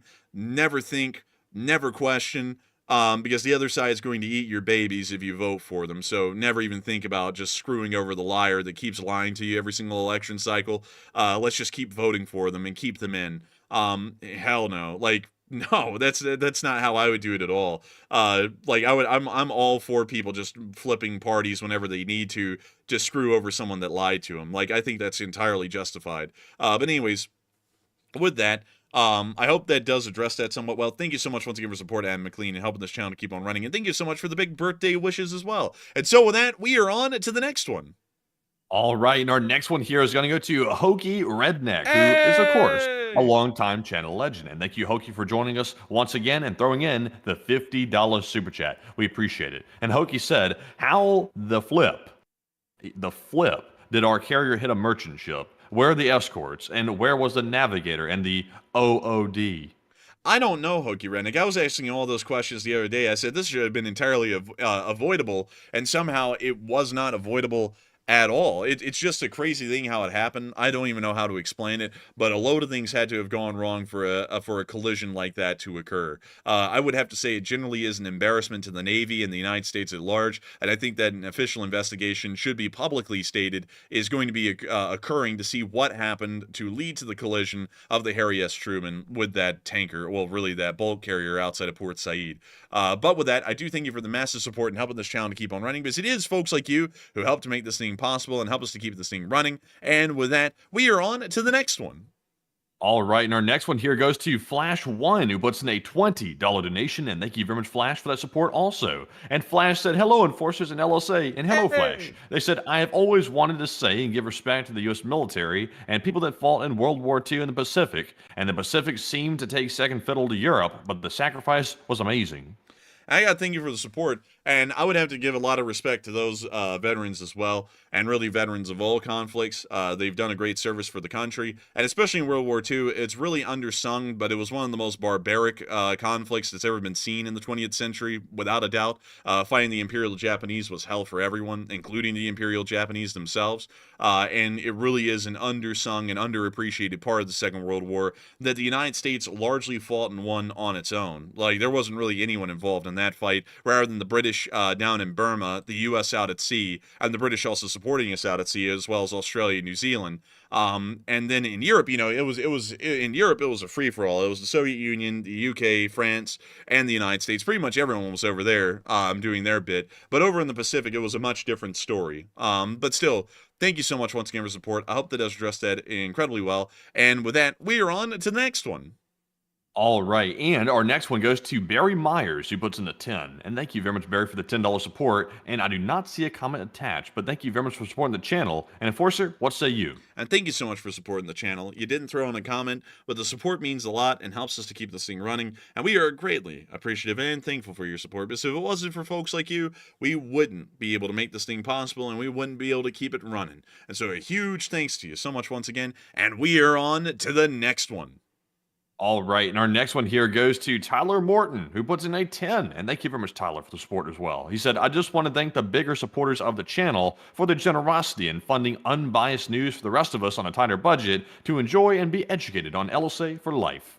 Hey, and a big shout out to all the supporters. No one has to support the channel, but folks go out of their way every single day to support this channel and help us to keep doing this as a full-time job. It really is amazing when you think about that.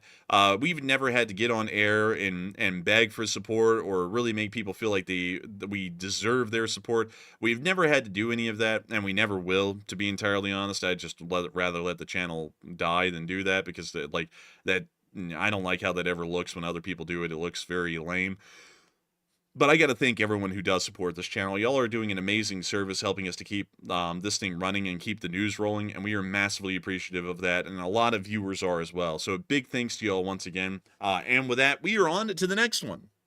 And our next one goes to Trism666, who puts in a 10 once again. And thank you very much, Trism, for the second support of the night. And Trism said, isn't there a treaty for not arming space? And do you know any specifics about it? And I'm curious about it because I remember a program from the 80s, I believe. And I got to thank you so much for the support, Trism666. Again, massive support tonight. And I believe there is a treaty for not arming space that currently does exist. I don't know a lot of details about it, but I generally believe it bars us from putting any kind of weapon systems in orbit. So we can put surveillance systems and intelligence systems, things like that up there, but we cannot put any kind of actual weapon systems that are orbital, I believe, if I'm correct. Might be wrong, might not be wrong. I'm not entirely sure on that. But still, thank you so much once again. I hope that does address that fairly well. And with that, we are on to the next one. And our next one goes to Nightmare Before Christmas, who puts in a 10. And thank you very much, Nightmare Before Christmas. They said, shout out to the Nightbot, the only good bot in LSA. Hey, and thank you so much for support. And the Nightbot really does make Matthew's job a lot easier moderating the chat. That thing can go through and clear a lot of stuff out. So Matthew can look at it and see if it's ban-worthy or not. The Nightbot does an incredibly good job. And I got to thank you so much once again for support and helping this channel to keep on running. Because if it wasn't for folks like you, we wouldn't be able to keep this thing running. And so with that, we are on to the next one. And our next one is going to go to none other than Live Laugh Toaster Bath, who puts in a 15 Australian. And thank you very much, Live Laugh Toaster, for that support. They said, what do you mean? My neighbor lets me borrow his nukes when he's on holidays. LSA. Hey, and thank you so much for the support. Live, laugh, toaster bad that helped this channel to keep on running. And why not? Let's just give nukes to everyone. Let's give one to every country. A chicken in every pot, a nuke in every silo. Why not? Let's just do it for the hell of it these days. I'm just kidding, by the way. I would never actually back up or support something like that. But still, thank you once again for support and helping this channel to keep on running. And long live the Lee Spring Army, and the Lee Spring Army will never die. And you know something, Matthew? I just got to say this in the middle. Let's take a quick break here. What is in this town? I don't know how to pronounce the name, but what is in this town? What would it be? Oh, that's cool. That is Oh, pretty cool. that is pretty cool. Man, that horse has got some long legs over there. Jeez. It does. Jeez, man. That's a Man, jeez, look at man, that I'm horse. telling you. Man, I've always wondered about this town. I don't know how to pronounce it. Sorry to any of the Czech viewers who are here, any Europeans, or any Americans who may know how to pronounce the town name here, but I don't know how to pronounce it. I've always been interested in this town, though, because it looks like it is a fairly sizable town like Prague, and I just never really know what is in it. But look at that. An electric train. Wow. Cool. Interesting. Very industrial areas are out in that direction. What an interesting place. What statue is that? I have no clue. And we can't sadly zoom in on that one. What is this? The Bauhaus. Huh, that's a Bauhaus. I don't know what the hell that is. Man, that's that house, that Bau. You know what I mean? Bow, bow. Bow, bow, bow, bow, bow. But how much does it cost to stay in a hotel here? Hotel passage? $99 a night? Holy moly, you get a lot for $99 a night. Dang, you really do, man. That's a ton. Dude, look at that. Oh, that looks like barramundi. Man, that looks pretty good, man. Honestly, I'm kind of hungry right now, too. But anyways, with that, now that we've taken that brief break to take a look at the city, because I don't know much about it, it is time for us to move on to the next one. All right, so our next one here is going to go to, let's see here. This one goes to, unfortunately, I had to say this, but I wonder if I'm coming down with something because I feel like that cough is just showing up out of the blue, and for some reason I feel wiped. Like I'm not sure what it is. I feel like just zapped for some reason. It's a weird zap. It's not like a normal tired. It's like a different type of tired. I hope I'm not coming down with something. But Man, I've seen all the people talking about coming down with something in the chat tonight, and it's got me freaked out, man. But what were you gonna Man, say? you're telling me, man. Like, I'll be honest with you. A lot of people, like loads of folks, are probably noticing I might sound a little bit short of patience tonight. It's because I got no energy. Usually, I got enough energy to have a good bit of patience with things that are said in the chat by just random people or bots that are is goofy sometimes. But I have no energy, man. I feel absolutely wiped tonight. Like, to be entirely honest, I'm trying to see if we can round this thing out a little bit early tonight because I'm honestly feeling like I have no energy. Like, I'm like, I'll have to be honest with y'all here, folks. I'm kind of phoning this whole thing in tonight because I got no energy to work off of right now at this point. So I know what you're feeling at this point, Matthew, because if it's the same as me, like there is no energy at all. And it's just kind of like trying to fake it and make it at this point. But what do we got, Matthew? Oh, okay. So our next one here is going to go to Glock Glock. Who's there? LSA, who puts in a $20 donation. And thank you very much, Glock Glock, for that support and helping to keep us running. And they said, if the war goes away, is Andrew going to work for the CIA and Maddie going to work for the State Department? Since you guys have ever been to the Pantheon replica in Nashville. We have not. We have not, actually. We have not been to that replica in Nashville. One day, hopefully, we will be able to see it. It's somewhere. Oh, it's right over here. Here we go. This is the full-size replica of it that's in Nashville. But a pretty neat one. It actually has the statue and everything that the original one would have had if it, hadn't been blown up and also turned into a church and a mosque and everything. But a pretty cool little building right there, without a shadow of a doubt. Never been to it, though. But I do thank you so much for the support. And am I going to work for the CIA? I don't know. It really depends. I might try and do something that would be just more fun, than anything, where I'm not like, I don't have a target on my head. I honestly would kind of like that a little bit more, maybe like, working in, I really don't know. But the sky's the limit, and we'll see. Maybe one day we'll be working for the State Department of the CIA. Who really knows? But still, thank you so much once again. I hope that has addressed that well. And with that, we are on to the next one. All right, and our next one is going to go to Patrick Benjamin, who puts in a 10. And thank you very much, Patrick Benjamin, for that support. He said, a first-time supporter, and hey, thank you very much, Patrick, for that first-time support. He said, when determining size of a ship, remember, port and left both have 4 letters, so port equals left. Also, the most dangerous weapon is the human brain. Ask Rambo. Hey, thank you so much for the support, and thank you so much for sharing that, so that way I can try and remember that. I'll probably forget it still, but I do thank you for the attempt to help me to remember it. But beyond that, The brain is a dangerous weapon. It's incredibly dangerous because, you know, I mean, some people use it to great effect. Some people waste it. A brain wasted. It's a terrible thing. But nevertheless, thank you so much once again for support. I hope that is addressed that well. And with that, we are on to the next one. And the next one goes to Ari Sawini, who puts in a 10. Of course, the Kiwi wife and Finn. And thank you very much, Ari Sawini, for that $10 support. I do not see a comment attached, but nonetheless, thank you very much for showing back up and helping to keep us running. And Enforcer, what say you? I gotta thank you so much once again for support and helping this channel to keep on running and helping it to be possible. Because if it wasn't for folks like y'all, we wouldn't be able to be here right now. So a massive thanks to y'all once again. And with that, we are on to the next one. And our next one goes to Khan LSA, who puts in a 10. And thank you very much, Khan, for the support. He said, the only thing stopping Ukraine from developing is heavy water. And Canada, however, has enough heavy water to destroy the world. And Canada is working with Ukraine heavily.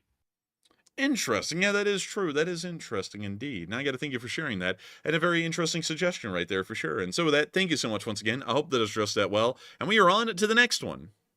And our next one goes to Nightmare Before Christmas, who puts in a 5. And thank you very much, Nightmare Before Christmas. They said, thank you guys for the news, and can we get a question from the chat? And thank you, LSA. And thank you so much for the support. And of course, we can get a question from the chat. So Matthew, what do we got? All right, and our live chat question here is going to go to Matthew Koch, who said, didn't Belarus get nukes from Russia?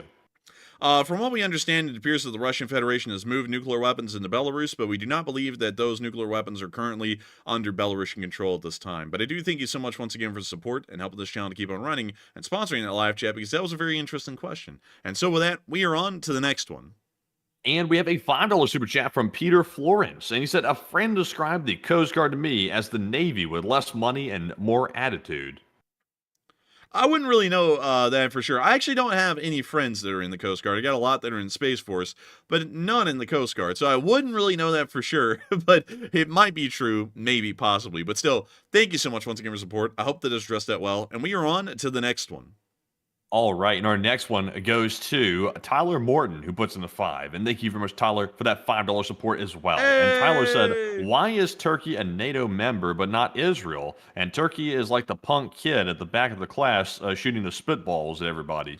Turkey is a NATO member specifically because Turkey is very different now than it used to be, and also for the fact that Israel isn't exactly within the parameters of the North Atlantic Treaty Organization to actually be a NATO member.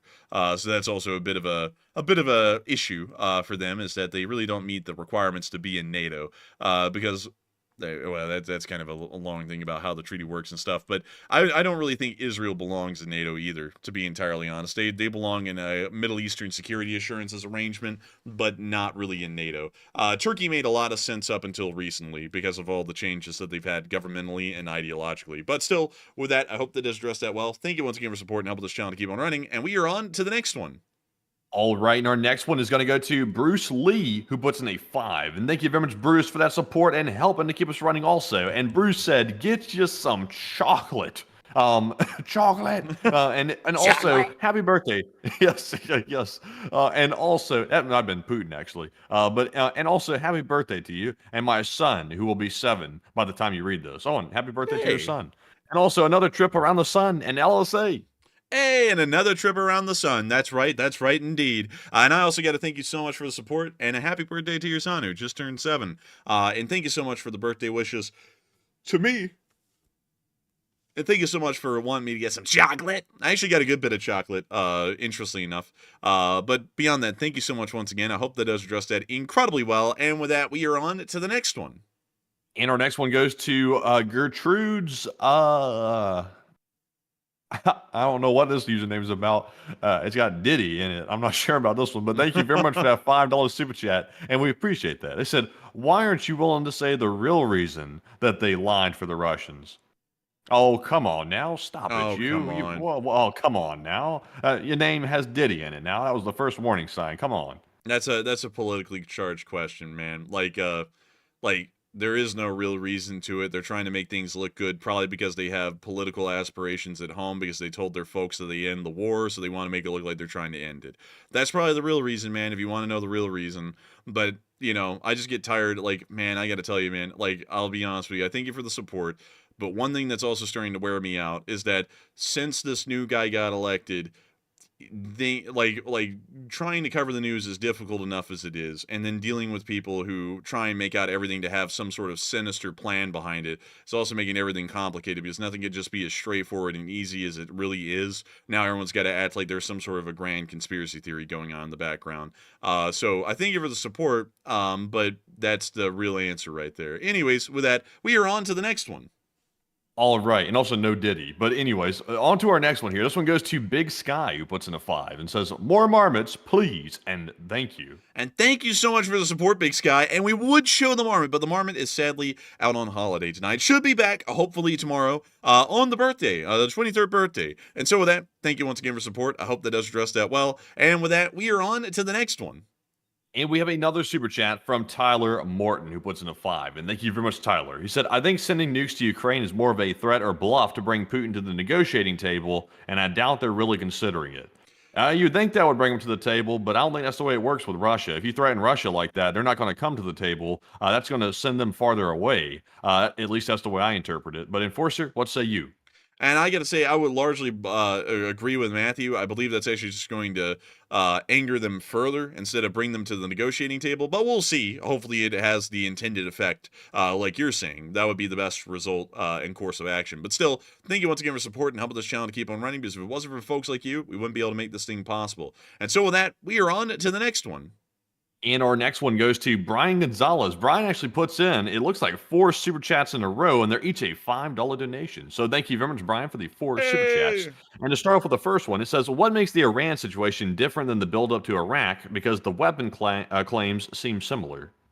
The difference is the leadership that's currently involved right now. The leadership back then had what I would say some cojones, although those may have been a little bit misplaced and misguided based off of intelligence that wasn't necessarily accurate.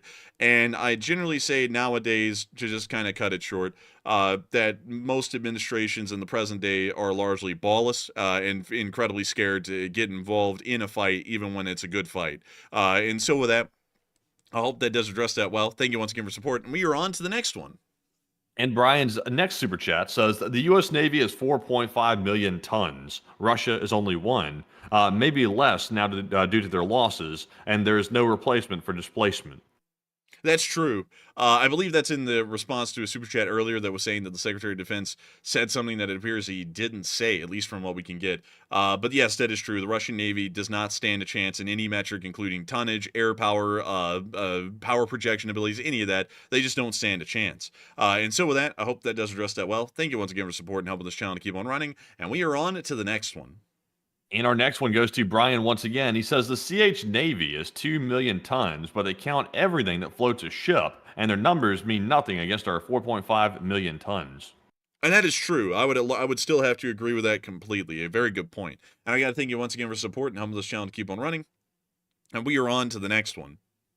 And our next one goes to Brian Gonzalez once again. And he says the Chernobyl nuclear power plant is right near the Belarus border. An attack just creates a dilemma for Ukraine, diverting resources and stirring up the public. Not a threat. Possibly so. That's another possible analysis of that. That may be true, possibly, I believe. But still, thank you once again for support and helping this channel to keep on running. I hope that does address that quite well indeed, as a matter of fact. And with that, we are on to the next one. And our next ones here go to Gary Klinghoffer, who put in a 5, along with UH, who also put in a 5. Then we had a 2 from Plazoth and a 2 from Cody Wilson. And thank you, Gary, UH, Plazoth, and Cody for that support and helping to keep us running. And we also had a 2 from Darren Quinn. And he said, is Ruski scared of a Mexican-style standoff at the conference? Maybe. I don't really think it would be a Mexican standoff. Actually, it would be a Mexican standoff now that I think about it. Correction there. Sorry about that. Maybe they are scared of that. I honestly think that they just don't even care about having a peace agreement because it's not on unconditional terms like they're looking for, even still. And so with that, I hope that addresses that well. Thank you once again for support and helping this channel to keep on running. And with that, we are on to the next one. And the next one here goes to Skippy9659, who puts in a 2. And thank you very much, Skippy, for that support. They said, are those 1,500 Russian soldiers still in Syria? Yes, a good amount of them are still stuck in Syria at this point because the evacuations fell apart because negotiations stalled. And so with that, thank you once again for support. Hope that does address that well. And we are on to the next one. And our next one goes to Jeremy Vigil, who puts in a 2 and says, why does the West Kazakhstan area look like a face? The West Kazakhstan area looked like a face. Um, this area? I mean, kind of looks like Elmer Fudd trying to kiss Astrakhan or Otabinsk, sort of, a little bit. I can kind of see that a little bit. A little bit. You know, like, here's the forehead, here's where the eyes would be, the nose, and then the lips right down there. Honestly, it looks like Homer Simpson's about to cuss out the Russians in Rostov or something, you know? But beyond that, I do thank you for the support, and it kind of does look like that, actually. Now I can't unsee that. And so with that, thank you once again, and we are on to the next one. All right, folks, and with that was actually, believe it or not, our last Super Chat of the Super Chat segment. So once again, huge shout out to everybody who's donated tonight to the Super Chats, and also, even if you didn't throw in a Super Chat, we appreciate you being here anyway, so smack the like button and let us know you've been here watching it to this point, and of course, the likes help us to get the stream out there even further, so huge shout out for that. But we are now moving on to all of your live chat questions, and up first, we have the Morse code decoders of the stream. Tonight we had Cliff Simonson, Mark Hodges, Earl Bernew, Kevin J, Paul Schultz, David Millsaps, Royal Fluffiness, Arabelle Garbo, Joni Dog, and Norm Pritchett. They said, today's Morse code says, when you go out of your way to try and cause a radiological crisis, you're crazy. And LLT, LSA. And that's the sound of money, and y'all got that dead on the nail. That was the Morse code message of the night. I gotta congratulate y'all for getting that correct again. Y'all are getting that correct time and time again every single day, and it's absolutely an amazing thing. Y'all continue to get that right, even as of today. And so with that, we are going to be moving on into our live chat questions. I'll have to say, due to Matthew and me being absolutely exhausted or just absolutely worn out today, for one reason or another. I'm not entirely sure why we were both worn out that badly, but we are going to be answering 3 live chat questions and then rounding out the stream. And so we are on the third to last question of the night. All right, and this one is going to go to, let's see here. This one goes to Marcus, who says, a freeze in the conflict, for example, let Ukraine join NATO and then take the occupied land of Ukraine back. Is that the case? It could be the case, but that would be an offensive action, which NATO would never condone or support. So possibly so, but the Ukrainians would be taking that venture alone at that point. And so with that, I hope that does address that somewhat well. And also, everyone, thank you so much for the happy birthday wishes. Now that's turned exactly the top of the hour. Our time zone is now the 15th of February as of right now. Thank you, everyone, so much for the happy birthday wishes. Also, just to address a couple of more super chats before we get on to the second to last question of the night, Live Laugh Toaster Bath threw in a $31 Australian super chat.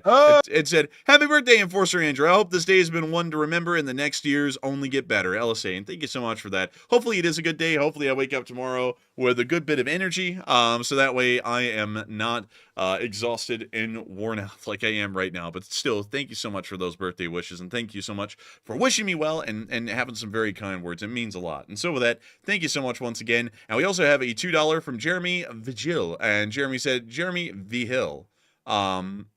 And thank you so much for clarifying that, because I just got it wrong and then you corrected it in the super chat. Now I'll take one from the chat. And that actually is going to be bringing us right back to the second to last question of the night. So what do we got, Matthew? All right, so this one goes to Cookie, who said, could NATO adopt a special resolution to accept Ukraine into membership, considering all NATO countries are currently supporting them at this time and the current circumstances? I would say that... can you reread that one again, Matthew? They said, could NATO adopt a special resolution to accept Ukraine into membership, considering that all NATO countries are currently supporting them at this time and the current circumstances? They could, but it probably is very difficult because they've never amended the NATO Charter in any major way like that. They possibly could. It's just that it would be an incredibly difficult thing to pull off at this point in time. So with that, I hope that does address that somewhat well. And also a big thanks to Made in Canada 182, who just threw in a 25 Canadian and said, happy birthday, Enforcer, and long live the Lee Spring Army. And thank you so much for the birthday wishes as well, Made in Canada, and long live the Lee Spring Army. The Lee Spring Army will never die. And so with that, I hope that does address that well. Thank you once again for support and helping this channel to keep on rolling. And with that, we are on to the second to last question of the night. All right, and also a huge shout out to Made in Canada for that support, by the way. And also, we have the live chat question this time from Dean Hooper, who says, were the Russians invited to the Munich Security Conference? The Russians were invited to the Munich Security Conference, and they just didn't show up, from what we understand. It actually sounded like they were supposed to show up today, and they didn't, from what we're hearing. So, with that, I hope that does address that well, at least from what we understand right now. Let's see here. I see Matthew's in the discussion with someone. I'll try and clear this up very quickly. Let's see. Calling the defense secretary an idiot or dumb is way over the neutral line. When the defense secretary is alleged, according to someone, which we were working off of the information that we got at the moment, that the U.S. Navy is 7 years behind the Russians, that would be stupid. Like, I'm dying on that hill. If you disagree with that, or if you think that's crossing the line, take that for what you will. But I'm not backing off of that. If he actually did say that, which from what we're understanding, he probably didn't. But if he did, that would be a stupid assertion to make.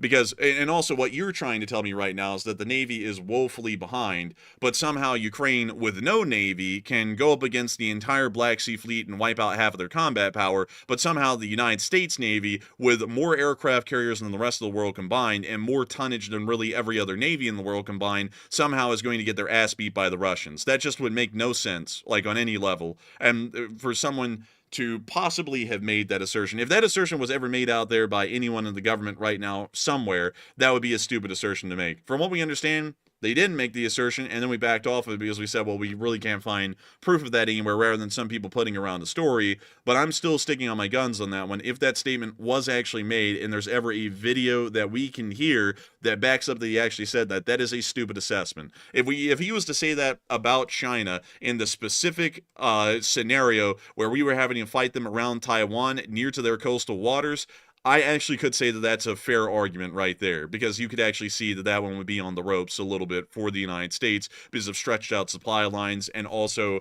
basing abilities that we have in the Pacific right now. But to say that about the Russians, if that was actually said, that is just stupid. That's not crossing the line. You would legitimately have to be stupid to say that, especially after watching the Ukrainian performance of obliterating the Russian Navy wherever they are in the Black Sea without a Navy. So with that, I hope that addresses that somewhat well. And also a big shout out to Bruce Lee, who threw in a $1.50 super chat with a little birthday cake slice. Very nice to see. But with that, I hope that does address that well. Thank you once again. And we are on to the final question of the night. So what do we got, Matthew? All right, so the final question of the night goes to AF Kaplan, who says, has the IAEA had the opportunity to physically inspect the Chernobyl sarcophagus after it was attacked by Russia? From what I understand, not at this time. They're most likely going to be sending the inspectors that way, and they'll probably arrive there within the next few days and release their assessment. And so with that, I hope that does address that well, and we have reached the end of tonight's stream. And what a stream it has been. At the peak tonight, there was about, let's see here, 8.5 thousand people watching. And over the course of the stream, there's been 55,000 people here. We got to thank all of you so much once again for watching. It's been an absolute honor and a pleasure to be able to run this stream for all of y'all and continue to get the news out there to each and every one of y'all. If you have enjoyed, please make sure to subscribe and hit that like button. We've gotten up to nearly 2,800 likes tonight, and we would love to see the rest of y'all join us as subscribers and continue to watch the stream. And so with that, we will see you all tomorrow on my birthday, although technically right now it is my birthday. But I will see you all tomorrow on my birthday. I'll be 23 as of tomorrow, 23 right now. But still with that, good night, good luck, take care, stay safe, and Slava Ukrainian, long live the Lee Spring Army. The Lee Spring Army will never die. And with that, folks, like the Enforcer said, a huge shout out to all of you for being here tonight. Almost 55,000 people, a whole house tonight, a full house, that is, a whole one, depending, if you have a house with 55,000 people in it, that's a big-ass house, but a full house. But thank you very much for everybody for joining us tonight. We had 2,800 likes as well, so huge shout out for that. And also thank you all for wishing the Enforcer a happy birthday, and we will see you all tomorrow at 10 p.m. Eastern on the nightly War News stream once again to cover the remaining news that happens tomorrow. And if there is enough news to cover midday, you'll be hearing from me on a short war video. But with that, thank you all for watching, and of course, Slava Ukraine, Hiram Slava, get some rest, and good night.